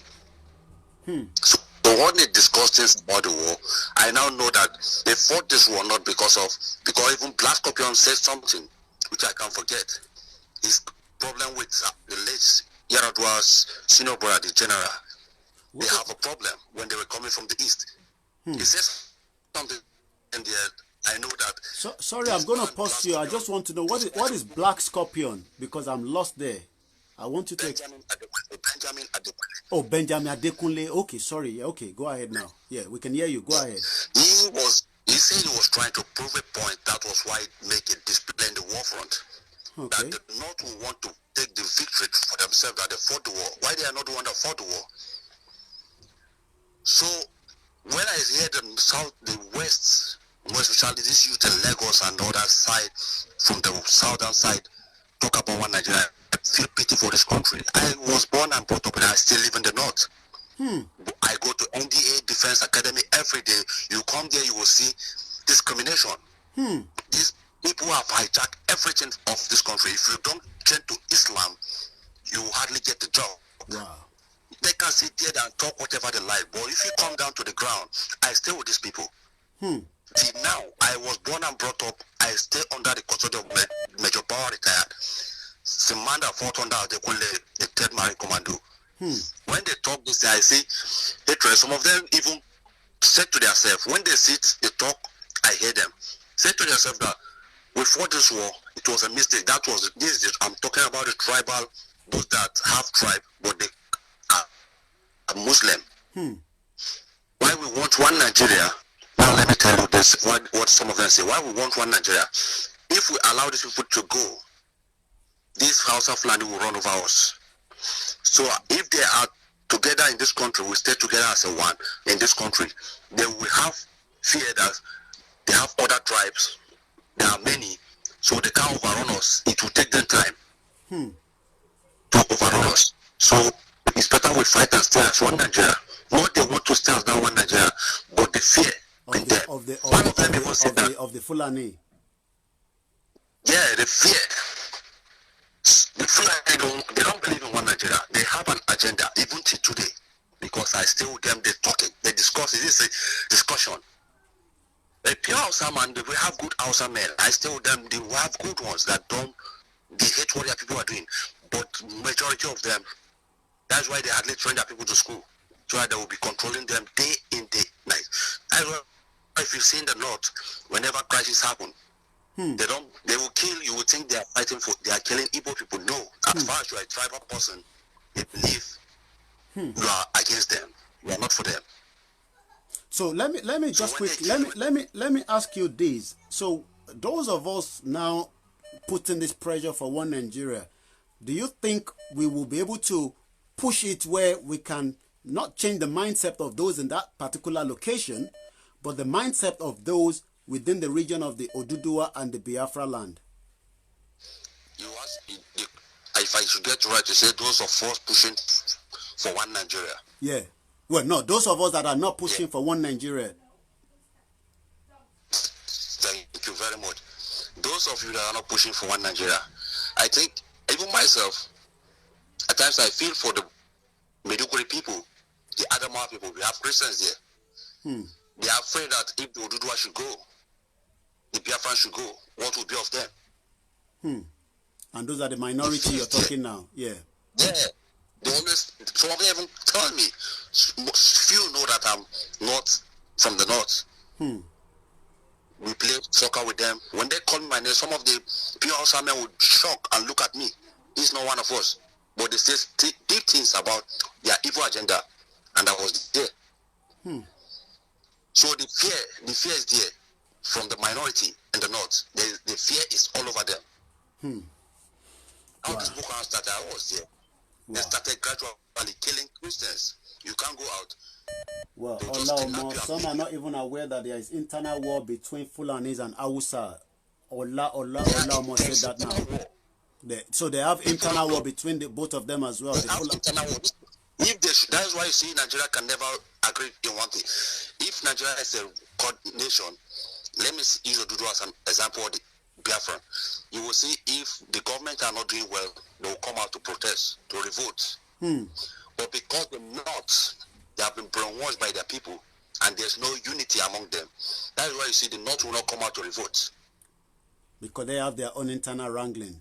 They have their own internal this thing. But once the North now go, everybody should go now. You will see the North, people will now believe there's no unity in the North. There will be a lot of problem. The North will bounce on their people. You've really enlightened and educated us again, and I think we can only say thank you very much for, that I was able to pick the call at random. I don't even know who was on the other end. Let me give you last minute to just quickly close your argument so that we can get more callers before we bring the broadcast to an end. Okay. What I want to say now is let everyone from the south, let me use it generally, the south, forget about the past. Let the past be. I think the best, if we don't divide this country now, I'm sorry for what will be of not our children, our children. Wow. Thank you very much. We planted so much hatred of divide and rule among us. They are using us to fight against our people. Wow. Thank you. Thank you very much. I'll let you go now. Send me your name so I can just have it at the back end. And then next time you call, I will just know who you are. Wow. You're in now, caller. Your name, where you calling from? Hello, OLAYOMI. I am Orobus. I'm calling from Germany. Go ahead. Please, I want to make my little input. We can hear you. First of all, let me quickly tell some people, it's like they've forgotten history. The North is already a conquered territory. The Fulani, they came in from Futajalon and they overran the North. So the Fulani in the North are the one calling the shots. And the Hausa people were the indigenous people of the North. And they are under the Fulani. The Fulani people are also oppressing those inside the northern part of the country that we are also not looking into. Exactly. They are suppressing them. So the Fulani are really the problem of this country because they are from Futajalon. And I told my friend to send you a video in your inbox now. It's in your inbox. Just check it. Okay. The Fulani, they made their intention clear. Yes, they made their intention clear several occasions. People went to Channel TV recently and they did an interview there. They said they have acquired a lot of weapons. They said they have gathered a lot of money to go into war with Nigeria. That the whole Nigeria belongs to them. That Nigeria is a conquered territory. Wow, somebody's watching from Cameroon. Yes, it said Usman Danfodio would have completed the jihad. To the south, but the British stopped them. Do you know that even as far as Edo State, Edo North was even conquered by the Fulani? If you go to Edo North, ask the Edo North people, their traditional ruler is a Fulani. It's called the Otaro of Auchi. Sorry, I moved the phone away. I put it back away. It was the British that negotiated with them that made them to stop. So they said now they are coming to... One minute, brother. I want to make sure that people are still hearing us. And I moved the phone away, but I put it back close. Can we still be heard on the other side when people say if they can hear us? Because if you can't hear us... 1 minute, brother. Somebody's saying volume is better now. Okay, I've moved the phone back close to you, the broadcast phone. All right, go ahead, brother. They said it's better. Go ahead. Okay, like I said before, the Fulani has never made they have never hidden their intention. They said Nigeria is the only country that was given to them by Almighty Allah. And the video that my friend sent to you in your YouTube, you will even see that was the interview they had in Channel TV. And they said it live. Till today, the SSS and the police, they didn't arrest the Fulani leader. He said Nigeria is the only country that is given to them by Allah. They have amassed weapons. And they have a lot of resources, money to go into this war that is going to be a long war. It's there, if you finish, I want you to play the video. You will see it. Yes, they have never hindered their intention. And for those people saying, one Nigeria, let's do it legally. Let's do it. Let me tell you, these people have a common agenda. Since the time of the military, power has been in their hands more than the South. We know now. And so, what do you call it? just divided it into three. You know, some local government, they created a lot of local government. So it means if you go to the yes, so it means if you go to the legislative arm of government, they are overpopulated. The other regions are disadvantaged. There is no way you can debate a matter in the parliament without them winning, because they have the population. You understand? They just divided small states into local government. They divided small states into other states, so they are more populated than us. So those people saying we should do one, they don't know what they are saying. They don't even know history. They don't have a clue what is coming. Exactly. They don't know what is going on, and these people, they have never made their intention clear. Mr. Yomi, just look at the whole security apparatus in Nigeria. The police, army, SSS, all of them, even civil defense, immigration, custom is occupied by them. Dubai. Yes, yes, all the state commissioner of police in the south, they are all Fulani people. Wow. They are all. So if Fulani are ravaging in the forest and killing people, you go and make report to them. They say we are coming. They don't go. Okay. Currently, it's happening in Edo State. Even the human rights activists in Edo State, they are even taking the deputy commissioner of police in charge of CID. They want to hold a protest against him because the Fulani activities have been reported to him. He was even threatening to lock up the local government chairman who brought the case. All right, thank you very much, brother.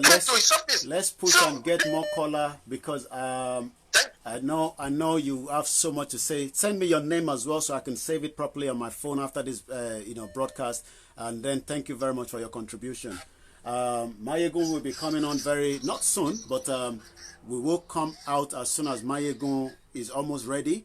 So we will push a little bit. Another beautiful sister join us. I love when women join us. Good morning. Where are you calling from, and your name, please? Hello, can you hear me? We can hear you loud and clear. Yeah, good morning. God bless you for all the job you've been doing. I've been following you for some time now. Yeah, hearing a lot of contributions which are very nice, and I'm in support of breakup.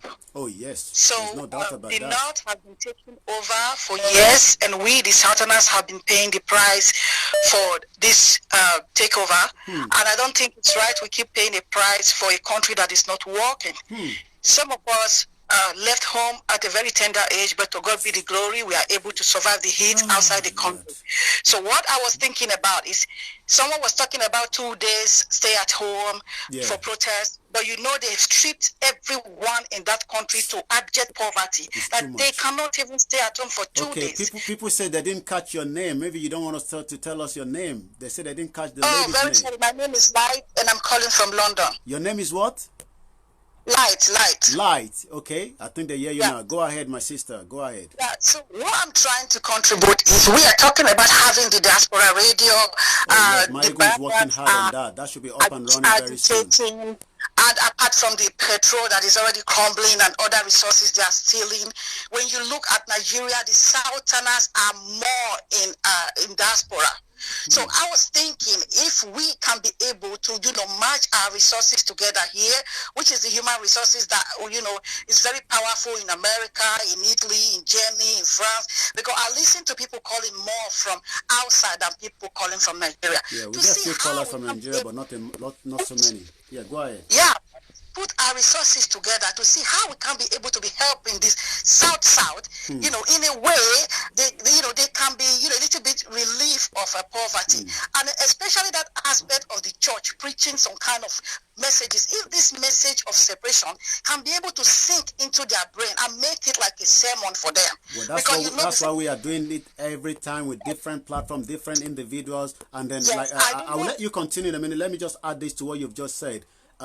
What people don't understand is, when Mayegun Radio is already in the process, we have the Odudua TV, we have a lot of other media, but don't ever think in your forehead that your mainstream media, the channels, the TVC, will even give you opportunity to hear what we are saying. That is why we must push that message deep down wherever you are listening to it, whether it's Mazinam, the Kanu talking. It doesn't matter whether you are an Odudua.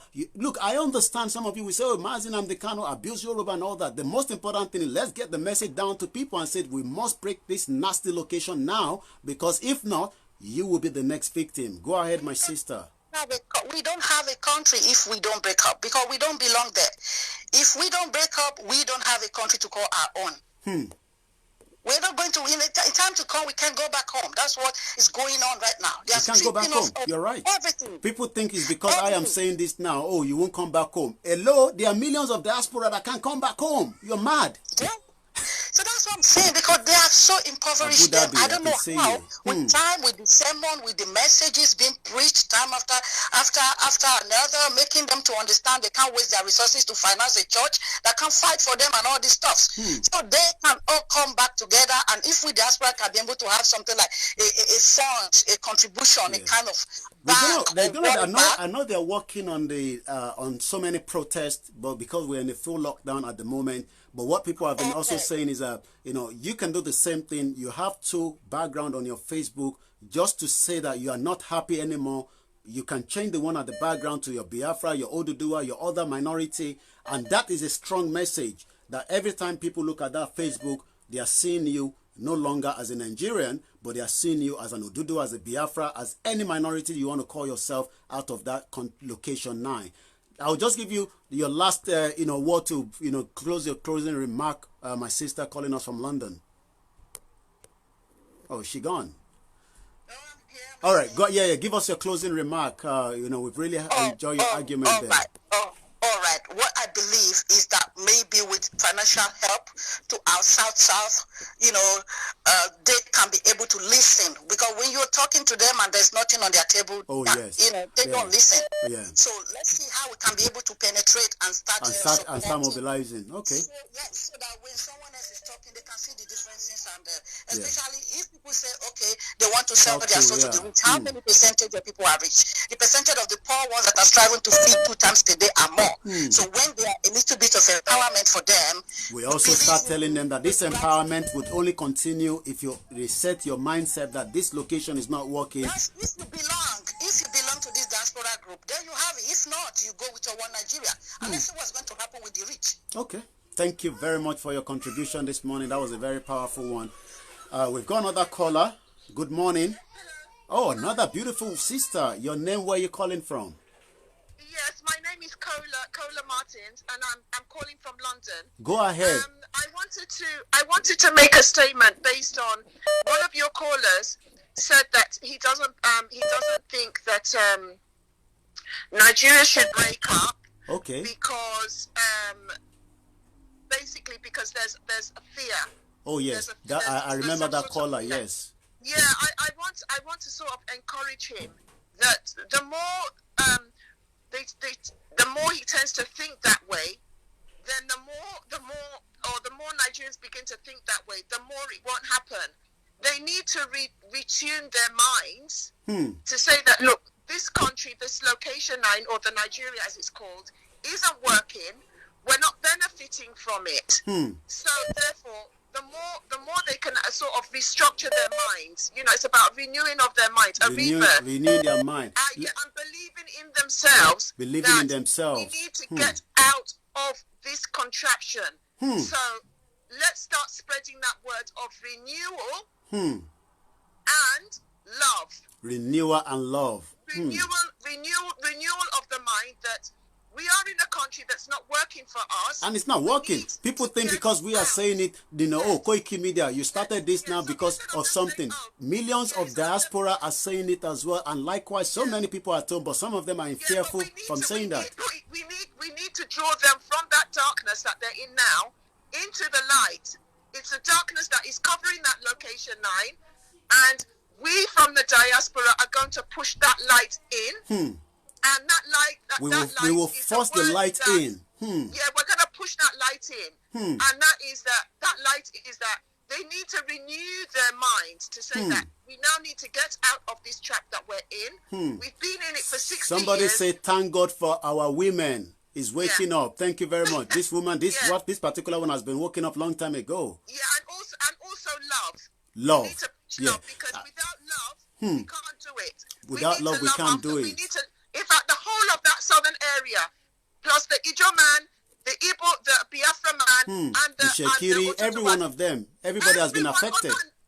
everybody on that northern belt needs to join this movement, because it's we are the ones that are being attacked. We need to come out. We need to come out from the darkness and into the light, and we need to love ourselves, because it's only love that can actually bring this. And then just one more thing. Oh yeah, go ahead. I love when the women call, because you guys are powerful. We need your voice.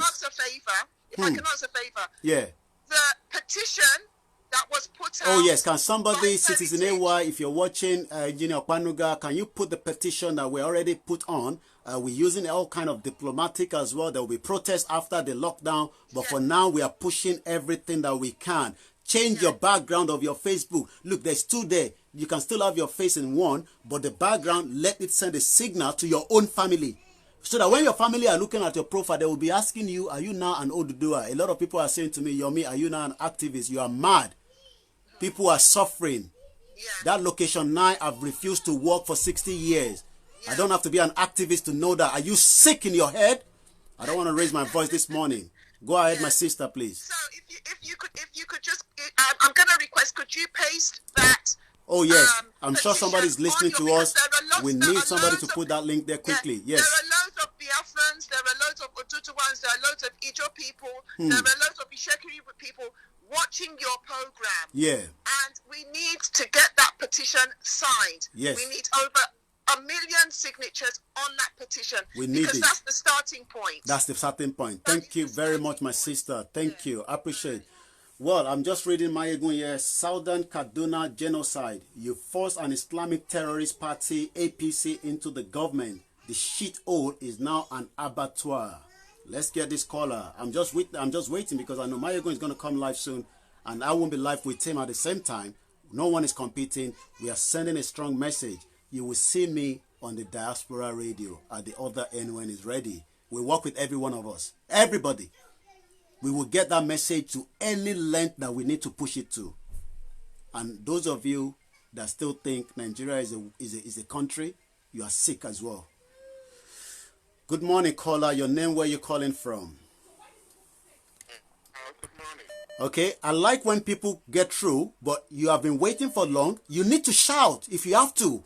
If it's not in your pain, then let's get somebody else to call. There's no point calling and say hello like somebody that just woke up. Hello? We are not talking about, this is a serious situation we're at a hand here.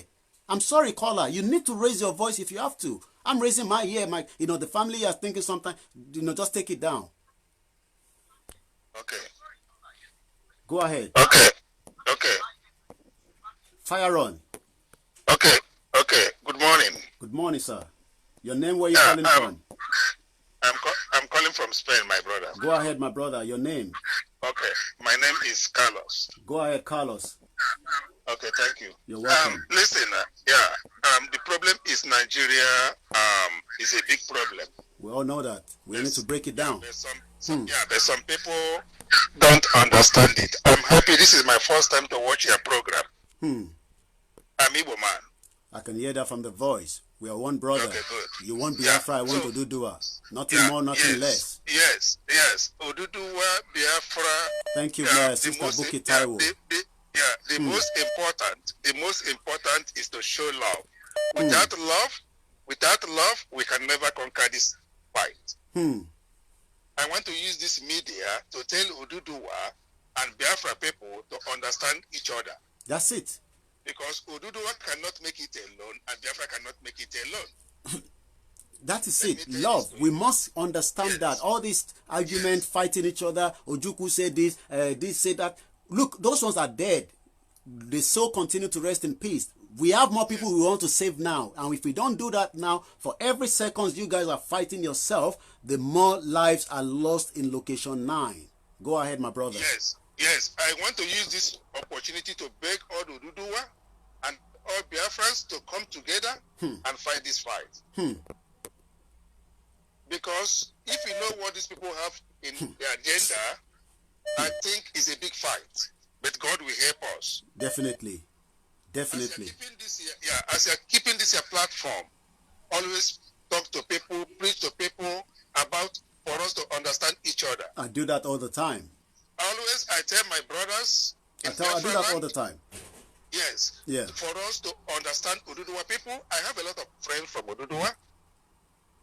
The past have passed. Let us come together. We're talking about 21st century when life, look at the passion that you guys have put through as well. I listened to Simon Ekpe, and Simon Ekpe said, this sacrifice is for everybody. Sometimes he needs to go to work in the morning, and he's still broadcasting in his own location at about 2 o'clock in the morning. Exactly. And I am doing the same thing. Look, I slept off this morning, but the Spirit woke me up and said, wow, you say 6:30 a.m. And I went straight into the bathroom, and I came here. You understand? I could have said, you know what, toss off. I promised people 6:30, and I'll just continue that sleep. I decided to cut my deep sleep because this is not the time to sleep. I'm going to be 42 by end of this month. Nigeria has failed, and it's still failing a lot of people. We are lucky we are out, but we still want to go back. And if people think I'm the only one that will be stuck outside because I am saying this, look, there are millions of Nigerians that doesn't even want to come back home at this particular location 9. Go ahead, my brother. Yeah, and one thing again I will mention, a lot of people that have platform, everything on this earth is two, men and female. When somebody says something you don't like, don't be angry. Don't block the person. Because that person today, when somebody says what you don't like, don't block the person. He said how he feel. Yes. But some people said, I block you.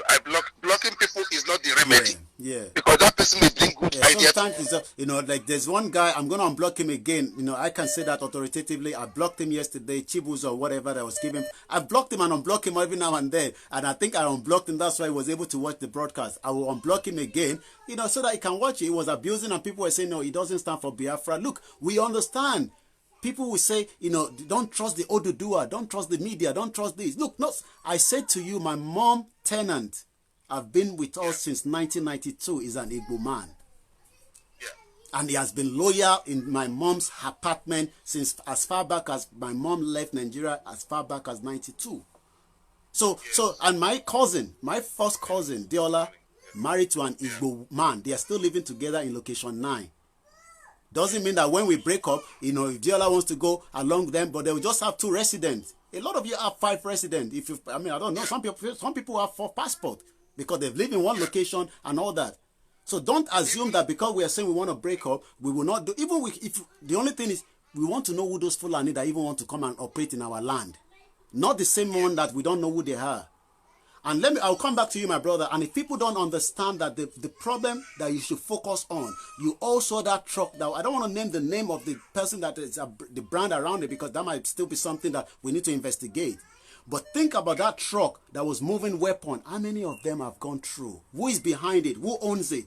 Who is behind those weapons? So you guys should think. I've said this so many times. Your CIA now, your MI5, your intelligentsia should be your people on ground to give us information so that we know what is happening in every second. It's not time to sleep, guys. Go ahead, my brother. Yeah. So that's, I don't have much to talk. Thank you very much. I appreciate it. Oh yeah. Let's let more people call through. Thank you. While we are still waiting for Maegun, I know Maegun will be live any moment. I'm just also monitoring the platform. Good morning, caller. Your name, where you calling from? All right, you're listening to yourself, and you need to disconnect that and just listen to yourself on the phone. Close the door. Hello, caller. Hello, good morning. Good morning. You're in already. Don't listen to yourself. Just concentrate on the mobile phone. You can hear you loud and clear. Okay, right. I'm one of the guys that thought, you guys have a good cause.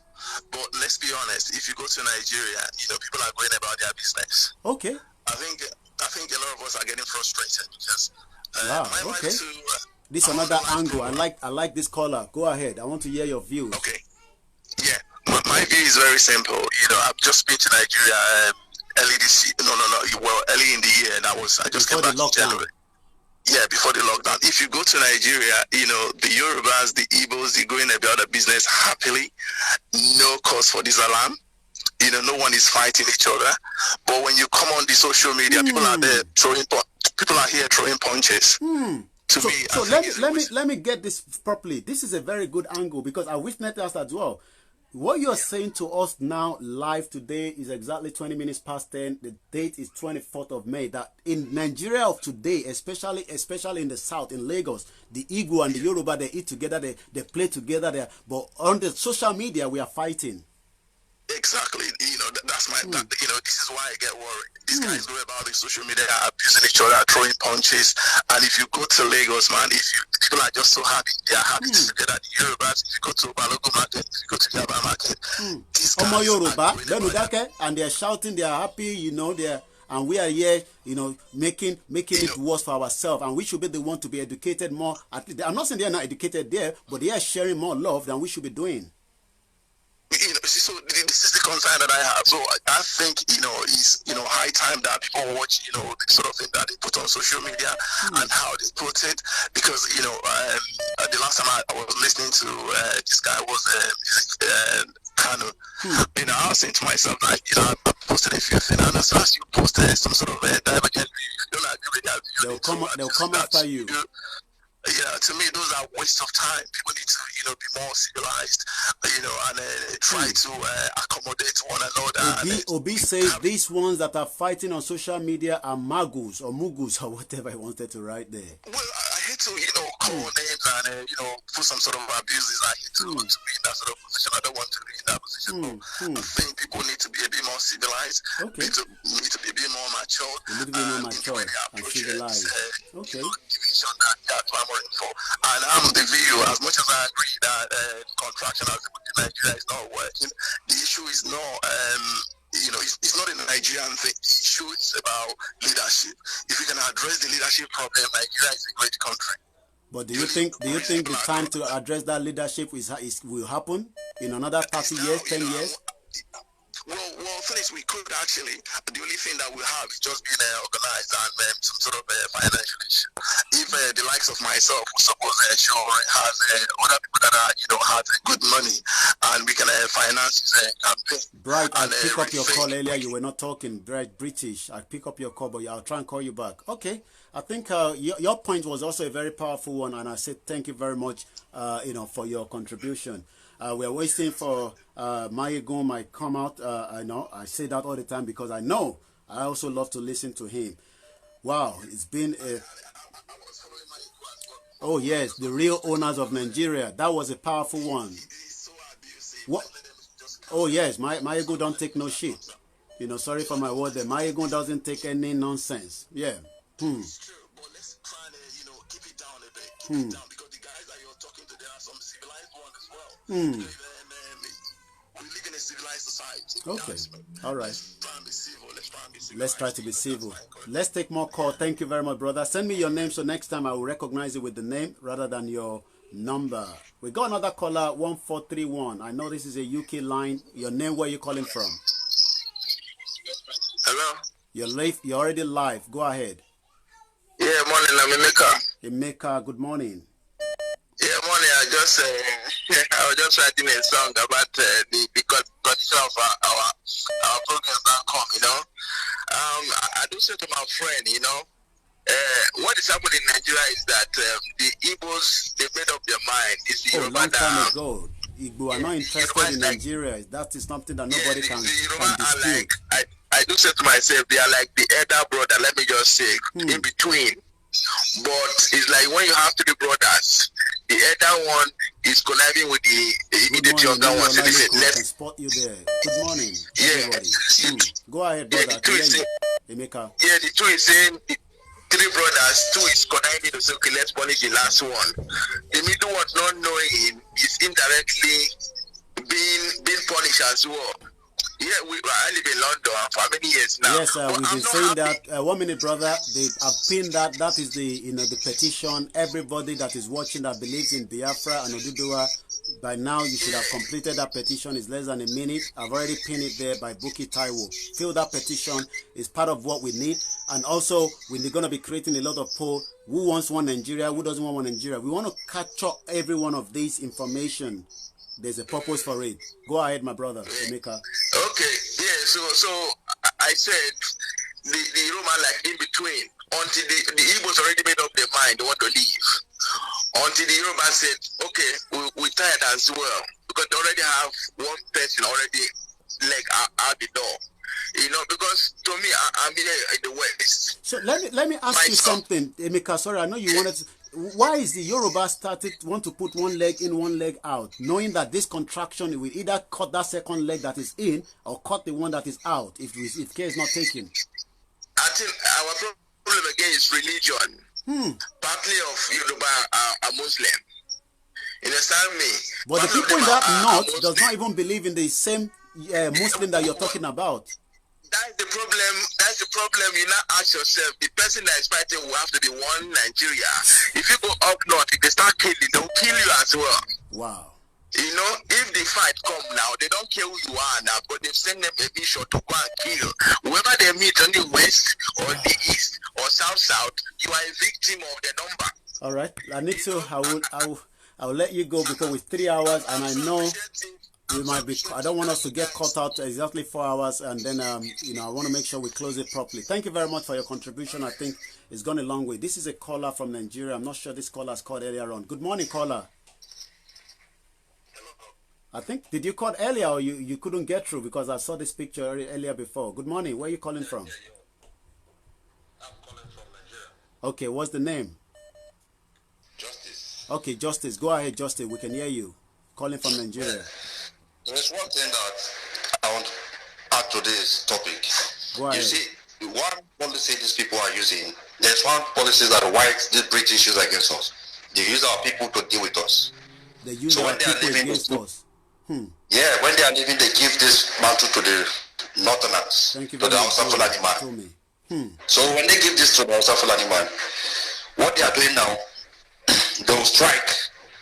When they strike, in the military, in the police, everything, they will use our own people as a spokesman to come and clear them. When you say they are killing your people, they will say their person is a Yoruba man that is the spokesman.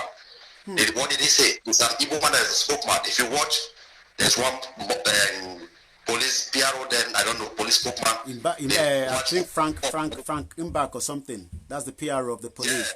Yeah. But he's the PRO, but the man that is the AIG is the Hausa, and they put another Yoruba in between. Is that what you're trying to explain? Yes, that's what they do. So that means for them, it's still one people that are talking. So why are you saying no more one Nigeria? Yeah. The same thing happened in the NDA. The commandant of the NDA. The petition is the one that are pinned. Please, Bochi Taiwo, sister, continue to post that petition. We need people to see that petition. Please, go ahead, my brother from Nigeria. Go ahead. When they want to strike, they will strike. They will put your own person as a spokesman, the Southerner as a spokesman, so that when people complain, they will say, no, the Southerner is a spokesman. If it is true, that's why they are killing people. When they kill people, you will say the Enache, the General Enache, the Benue man will come out and say, no, and that is not army, that is a force allegation. You will see one school in the military. Yeah, somebody is saying the DSS spokesman is an Igbo man.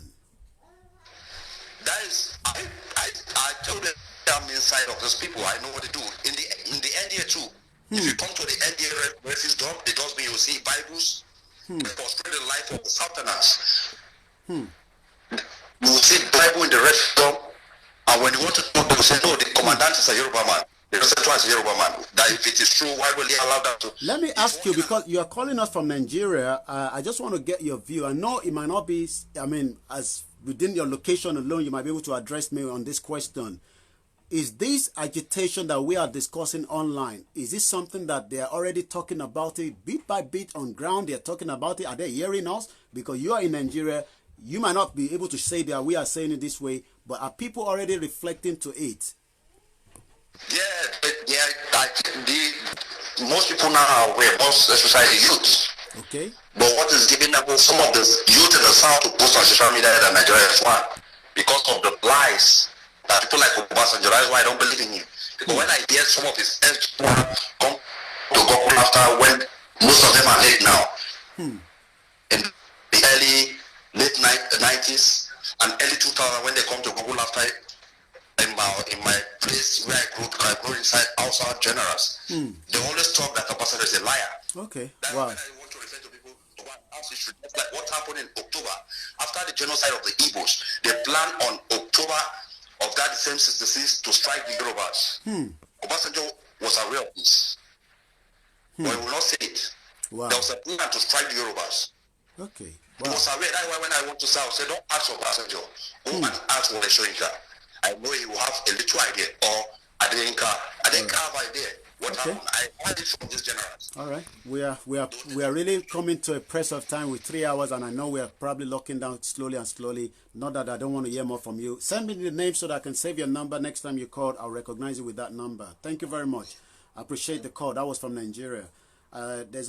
You have called before. Then let somebody else call. Hello, good morning. I'm sure you've called us before.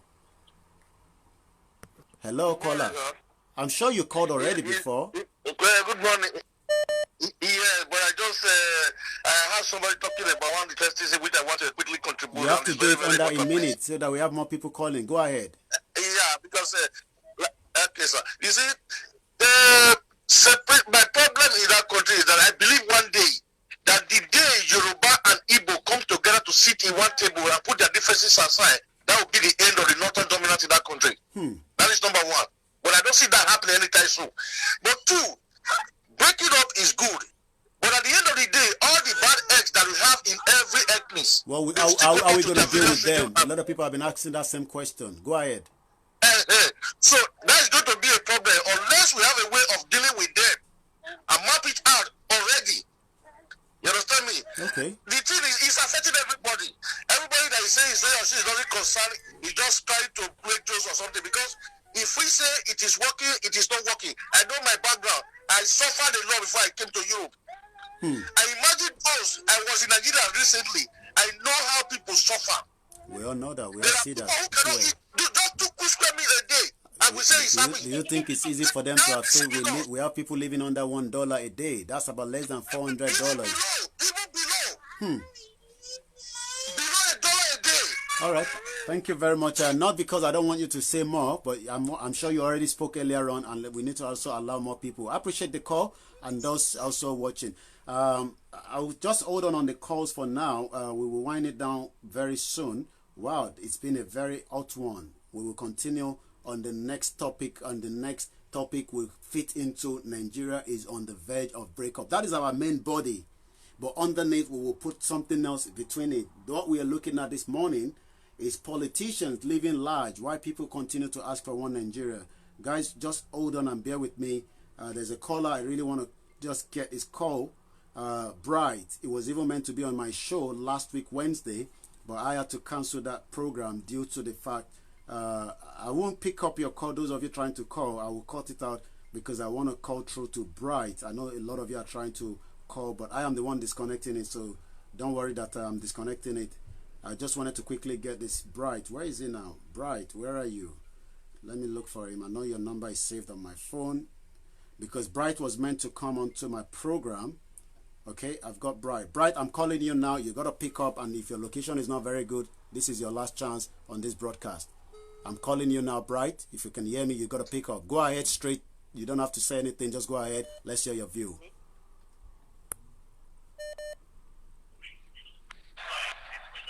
Hello. You are live already. Go ahead. Scream, shout. I'm shouting here. You got to shout, guys. Yeah, that's correct. I want to because I've disconnected so many people to get through to you. So you shouldn't even. You should be screaming and shouting your head out, please. Come on, Bright. Yeah. I've been following you up until I tried to connect to you and it wasn't. Just go ahead now. You're already connected. I'm the one that called you. Go ahead now. Yeah, I wanted to talk about the way Nigerians are handling things back home. They are not doing it in accordance with what we're doing. Some people are still very, very interested about the Nigeria. They really need to understand the foundation that built Nigeria. Okay. But on my part, what I'm doing was to enlighten so many people and rejuvenate their minds. Okay. You know, so I share stuff and I see how we are losing our lands because of some certain people who don't really care about us. Okay. They want to win, but they are not winning for us. They are not fighting for us. They are fighting for the Somebody devil. said calling yourself in Nigeria means you are a British product like a Lux soap. I remember that soap. Go ahead, Bright. Yeah. So these guys are not fighting for us. So we need to fight harder. Who are the real owners of Nigeria? Our purpose. We need to know what we want as a community. Thank you very much, Bayo, watching from Canada. I can see you there. It's society people. you know, we need to build a community that we can be very, very proud of. All right. You know, thank you very much. The foundations that built Nigeria didn't do it for us. They do it to build their own communities. Okay. They do it to build the Great Britain. Well, that has been happening for a very long time. If you look at the type of life that those people live, check their landscape, check their map, check their position. They don't have anything to make themselves who they are today. All right. Thank you very much, Bright. Let's so many fingers in so many other areas. You know, what are they looking for? They want to collect from them. Okay. And the people they got this thing from, they have used it to develop their own area. And these people are in so many problems of the other. There are too many wrong teachings that Nigerians have been taught. We need to change that mindset. Okay. We need to know who we are. We need to know who we are. All right. I'll let you go, Bright. I think I've given you at least a bit of time. You know, we are coming down very soon, and I need to get a few more calls to come through. Thank you very much, Bright. You'll still be speaking on Nigeria Voices very soon. We will talk behind closed door. Wow, it's been very hot in here, and I say it's not about me. We talk about the people that are expecting us to keep pushing until we bring the light. If I open this now, you can see the light coming through. That is what Nigeria needs. If Nigerians at home are not going to do that, we the diaspora will push it for them. Let's get this caller as well. Wow, this one have a Moyele Showore face in his broadcast there. I can say it. Your name and where you calling from? It's Angela. Oh, that's my beauty. Oh, okay. How come I didn't have that number saved? I must have had it on another. Okay. Good morning, Angela. Angela first is one person I'm sure a lot of you have listened to before. I don't have to introduce her. She's very also active on social media. She's not just thinking about herself, but she thinks about people at home. Go ahead, Angela. I give you the timeline again, and I love when women call. Go ahead. Okay, so what I was trying to say, Igbo, Yorubas, those Ijaw, we're all oppressed. Oh, we're all oppressed, and wake up is a good thing, but we should also, I see some people have been watching some people. I've been watching some people. Because somebody is talking about Oduduwa don't mean you don't have to be on the platform. Because the other person is Biafra don't mean you don't. We just have to educate people. So that's why it's very imperative. It's very imperative for us to share love. Yesterday I had a video. 3:30 a.m. in Canada. Somebody's watching. Awake. And he's not regretting it at all. Thank you very much, Jane. Go ahead, Angela. Yesterday I had a video. I told everybody our mentality is what we must change first. Like Dangote has a company. You're gonna go bring Indian people to do it.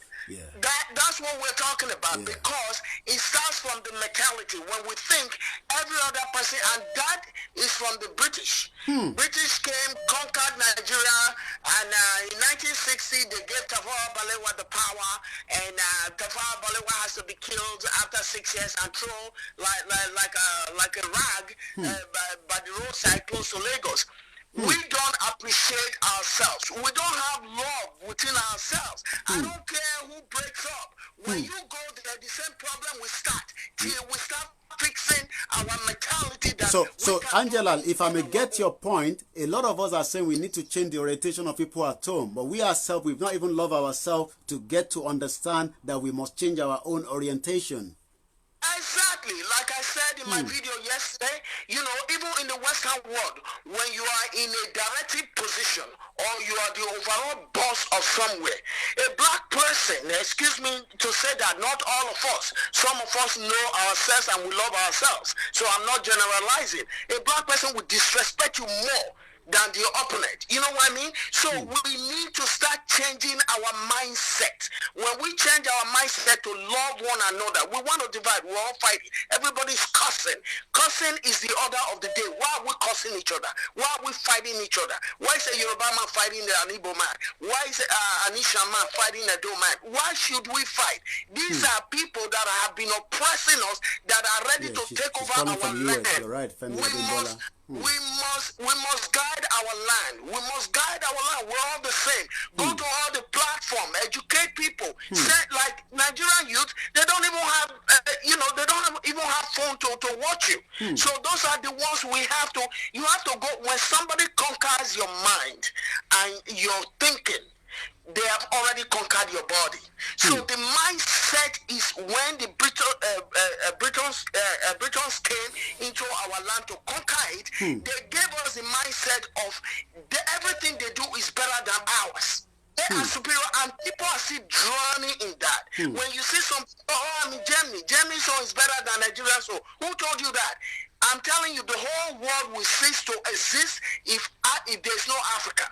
Let me tell you, we have better things more than all these people. These people just take from Africa and make their country better. That's why you think things are better than you see them. Some people will even say openly, I'd rather be with Oyibo than I don't want to call their name like that. Than my own people. Again, what's your own people doing to you? Have you sat down to talk to your own people? Let me add this, Angela. You know that the map of Europe is sucking the map of Africa. Of course. You guys go and watch it. The map, the Europe map, is literally sucking. It's like an hyena sucking Africa. Europe will cease to exist if there is no Africa. Quote me. Europe will cease to exist if there is no Africa. And we also, Africa, we must learn how to appreciate our own thing. That's why we must guard our land. I don't care if you're Duduwa, I'm for Duduwa, I'm for Biafra, I'm for everybody, but we must show love within ourselves. The Southerners, because when I hear people, they say, oh, Duduwa, Biafra, what do you think the Edo and the Ijo is? We're all the same. We need to stop fighting each other. When we are united, these Fulani herdsmen will have nowhere to stand. But we are not. You see people, just because you are not speaking, you are not saying, singing Biafra every day, they pull out of your platform. What are you doing? You don't know what you will gain from any platform to educate people back home. That's it. Because we as an individual, we're the only people that can educate our family and tell them, wake up. Like I'm telling my family, I don't have much in Nigeria, but I'm telling every little distant cousin and everything, don't let nobody get vaccine close to you. If you see any Chinese or anybody coming through your door, make sure you hold your stick to drive them out. Those are the local education that you can give people. So we all need unity, starting from Lagos, Edo, and we all have to be united. Don't say because somebody didn't call Duduwa, or the person didn't put Biafra flag in their platform, or Duduwa flag in their platform, I can't go to that platform. Okay, the caller from India, text me, I'll see if I can call you back. Somebody says trying to call from India. Send me a WhatsApp, I'll see if I can call you, because I need to wind it down. If not, the Facebook broadcast will end. It's about 3 hours at the moment. Go ahead, Angela, so you can wrap it up. Yes. Yeah. Okay, so if we don't show love, we don't show love within ourselves and tell all these cabas, all these Fulani, and let me clear one thing, Fulanis and Hausas, they are not the same. I grew up in the north. I grew up in Sokoto. And Fulanis and the Hausas, they are totally different. Like Buhari is different from an Hausama. He will still say an Hausama, he will just discriminate an Hausama like he would discriminate an Edoma. I just wanted to clear that. They are not the same people. But what I'm saying, these Fulani, wherever they're coming from hell, and they are ready to take over. So it's time for everybody to open their eyes. All those ones that think that Nigeria has not worked over 60 years. Since Tafawa Balewa took over, Nigeria has not worked. So our mindset must change. When the Britons was there, you people, when Britons were there, you people gave them peace to rule you guys, right? Immediately your own brother took over, you killed him like a rat and throw him on the street like a rag. So we must start from the root. And that's where I'm starting from. My program is all about Nigeria has not worked over 60 years. Thank you. Nigeria going to work. It's the same thing as being a Duduwa or being a Biafra. So you come out there, educate yourself, and send the video straight to your family at home. Buy them a gadget so they can watch it and know how to be vigilant. No vaccine. Nobody should come into your land with a gun. Let there be vigilante. There is no reason why an Hausama or a Fulani man should be a commissioner of police in Ogun State or Ondo State or Edo State. No. Everybody should have the commissioner of police. They are speaking language commissioner of police. Not the person that don't understand my culture coming to be commissioner of police. That's to tell you the takeover has taken place a long time ago. Thank you very much. Thank you very much, Angela. That was Angela calling us all the way. I'm just trying to get this caller. You can disconnect, Angela. Appreciate your call for adding your voice. I'm seeing if I can get that caller from India, and then we can start winding down in just about a few more minutes. It's been a very hot program. It's not going to end there. We'll have the part 3 again. Let me just put it as India, then I can quickly call that caller back. Indian, and then I will save it, and then I'll release this back. Okay, there's somebody calling. You're gonna have to do it very, very quickly. Caller, you only have about a minute. Go ahead straight with your contribution. Go ahead, please, quickly.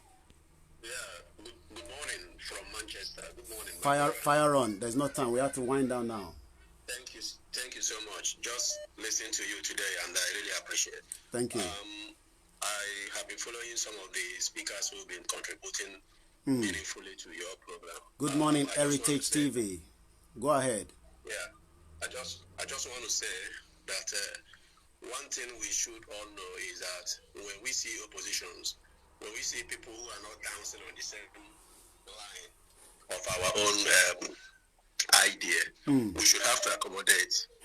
If most of us who are staying bad or using bad words against the Biafras or against the Oduduwas, we should have to let go. Everybody cannot be thinking the same way. At the end of the day, what is coming to Nigeria is far bigger. It's far bigger than the hatred that we already. I mean, there's already been hatred, but still having more hatred. There's far bigger picture that we need to focus on. We're losing track. Exactly. Yeah, I understand. Exactly. Yeah. So what is coming to Nigeria is more than what Nigeria can accommodate. I live in the UK. Fortunately, 2 days ago, I was working with a colleague who is from Kenya here in the UK, and we were discussing little issue about this Fulani vendors who are coming all the way from every part of Africa. And he was telling me the experience they had in Kenya a few years ago. And that these Fulanis left, some of them left from Sudan, where they didn't have the opportunity to grab power. And then they came to Kenya and settled and were given a portion of land. At the time, they started raping women, raping children, killing and burning villages, just like they were doing in Benue, Jos, and all the rest of them. Kaduna, even Shuti today. And the Kenyans immediately rose up and then pushed them away back to the forest. And they went to the forest. Few years later, this is the Kenyan guy telling me, few years later, when the so-called Buhari came to power, there was this open door that Nigeria is now our new home.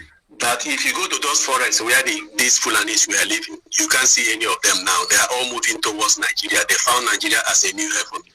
They are all moving down to, yes, that is the land, all of them in the forest, the whole part of Africa. They just communicate that this is our place, and that Nigeria is the only place where they have their own people in power. And if you follow the Kaduna State government one time, just make it quickly, brother, so we can. I'm dropping. You will hear what he said about his people being scattered all over the world. Therefore, the piece of what I have for my people is that the diaspora should keep on fighting as strong as they can on the internet. Forget about what people are saying, that Nigeria people are happy, they are going their business. Yes, they will, because there's no light. There's no money to buy data. The diaspora should keep on fighting. One day when the killing starts now in Nigeria, people who don't believe it will believe. God bless you. Thank you very much. All right, I'm going to call that caller from India. I don't know who he is, but, that's a long location. I know a lot of you are also trying to join the broadcast.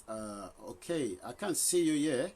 Or maybe I've not saved the number properly. I'm sorry. I thought I saved it properly.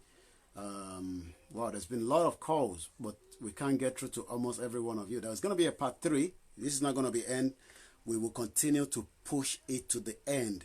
Nigeria is not working, and it's never going to work. The caller from India, can you send me a message so I can call you back, because I can't see you here.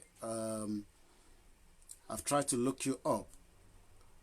Okay, good morning, Yomi. I think this is one people that believe in one Nigeria. Yomi, just my observation. Please get our spellings right when you're posting. Okay, these messages go air live, and also people are reading. All things matters. Okay, thank you for that. That individual that sent the message. Thank you very much, my brother. Also, okay, I'm trying to get the caller from Indian, but you need to send a message quickly because I'm going to wind it down. I know a lot of you still want to join, but not everybody will be able to join because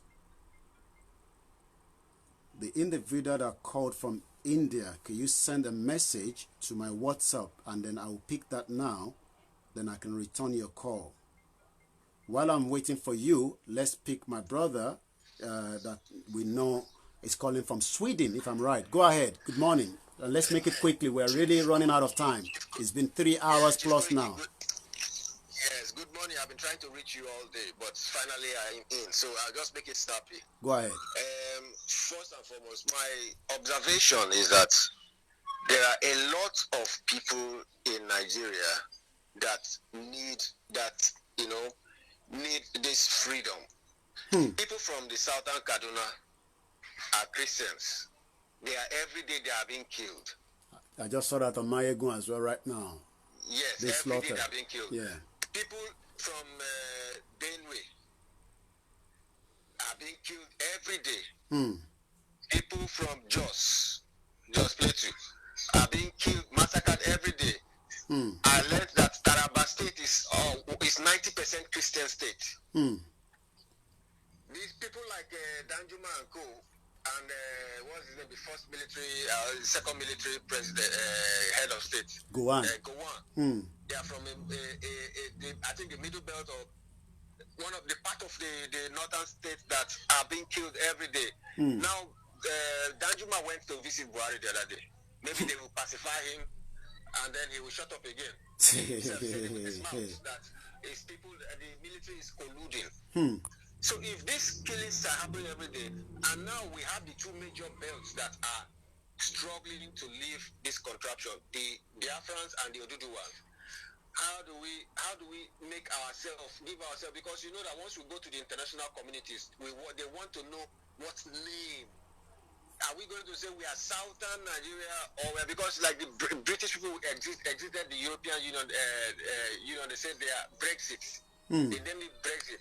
How are we going to name this exit so that it will be formally recognized by the international communities? Because if we cannot name it well, the Nigerian government will still go to them and give them those lies that they are just pockets of people here. Can't you see it's everywhere? They're just agitators online. They are just agitating everywhere. Look at this one's Yoruba, this one's Igbo. Because we have not, formed ourselves as an organization that is speaking with one voice. Okay. You understand? I used to say this a lot. Like the Showore brought in one movement. They said it's revolution now. Are we all going to key into revolution now and say, okay, we are moving out? That's the new, we are moving out. So that the people from the Christians from the northern part will move out too. Because if we move out and leave those people, they are dead. They are as good as dead. They are as good as dead. Okay. I think the major people okay, I think I've seen the number again from the Indian. Let me. West, I think. So please, we should start now to form ourselves into what we can easily present to the international community as maybe this is South exit, or maybe this is break Nigeria, something. We just have to have a name that is befitting so that when the international community reads through, they will see that there is a fault. There's a fault line. This particular problem in Nigeria has a particular characteristic. It's not just one part, but there is a major problem here. The country does not fit. It doesn't fit. Okay, thank you. That is it. Thank you very All right, I'm gonna call you that Indian. I'm gonna call you back in a minute. Let the caller that is on come out. Bear with me, guys. I just because he's been trying. I know a lot of you have been trying as well. Yeah, I got him there. Let's call him. I'm calling you right now, and you need to make sure that you have your mute device because I know you've been trying to push through. The one that has sent the message from India. I am calling you now. I don't know whether it's connecting. Your life now, your name. I know you're calling from India. Go ahead. Your name. God bless you, sir. God bless you too. Okay.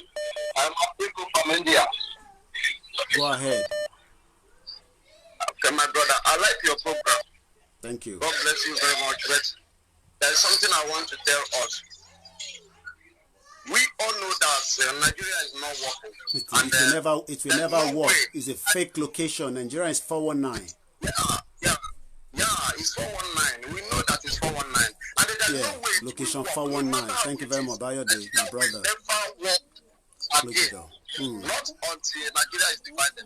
If anybody is going to claim or prove that Nigeria is going to work, let him or her tell me.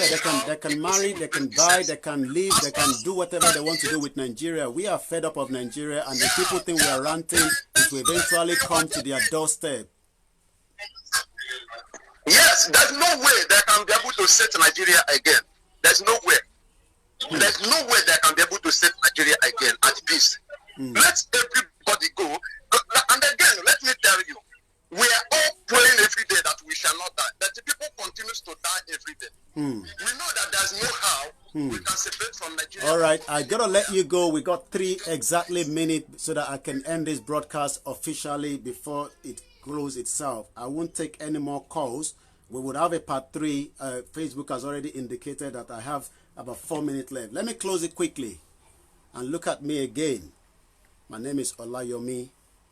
Nigeria, we will break it. You don't have to be part of the moving train. I've switched off the phone, you won't get through because Facebook has indicated I got 4 minutes. That means we've literally been live for 4 hours battling this. It's a fake location. It has never worked. It will kill me and you. It doesn't matter whether you go there once in a while. It doesn't matter whether you don't live there. You have somebody that lives there. You still have people that live there. That location will take them away. It's fraud.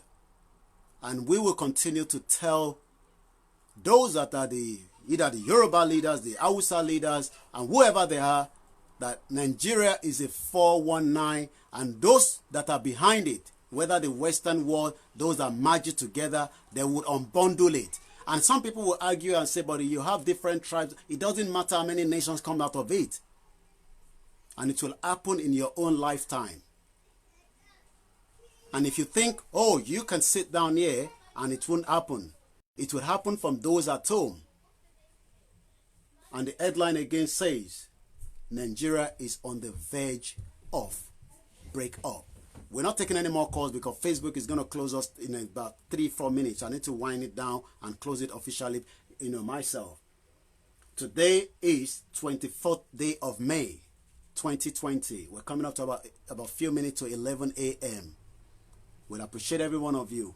We must continue to share love between ourselves, and we will break it. Politicians are living large, while citizens want one Nigeria. Thank you very much, everyone that have been part of this program. Thank you, Heritage TV. Heritage will be back again. Had it on Monday with Politics with the Boss. And every one of you has a role to play. You don't have to wait for KOIKIMEDIA to come up and say something. Change it from your end as well. I'm sure at least you have more than 3 different WhatsApp groups that you are in. And when people say those at home don't have access to what we are saying, but they do read something from you, either through your WhatsApp group or whatever it is. Sorry, Akim Yemi, send me a WhatsApp. I will save your number and I will put you on priority for the next call. And I'm talking to my brother that just, Akim Yemi. We couldn't take everybody's call, but I'm sure the argument says that Nigeria has failed and it will never work. My name remains the same, OLAYOMI Koiki. And I say very good morning to every one of you. Let's wait for Mayegun, Mazinam Dekano, listen to Dudua, listen to Heritage, Erelu, Davidson. Every one of us, we will bring Nigeria down. Don't ask me how. The same way you never know that COVID-19 was shutting down the whole world, we will shut it down. It will be like a surprise to you. Have a very good morning.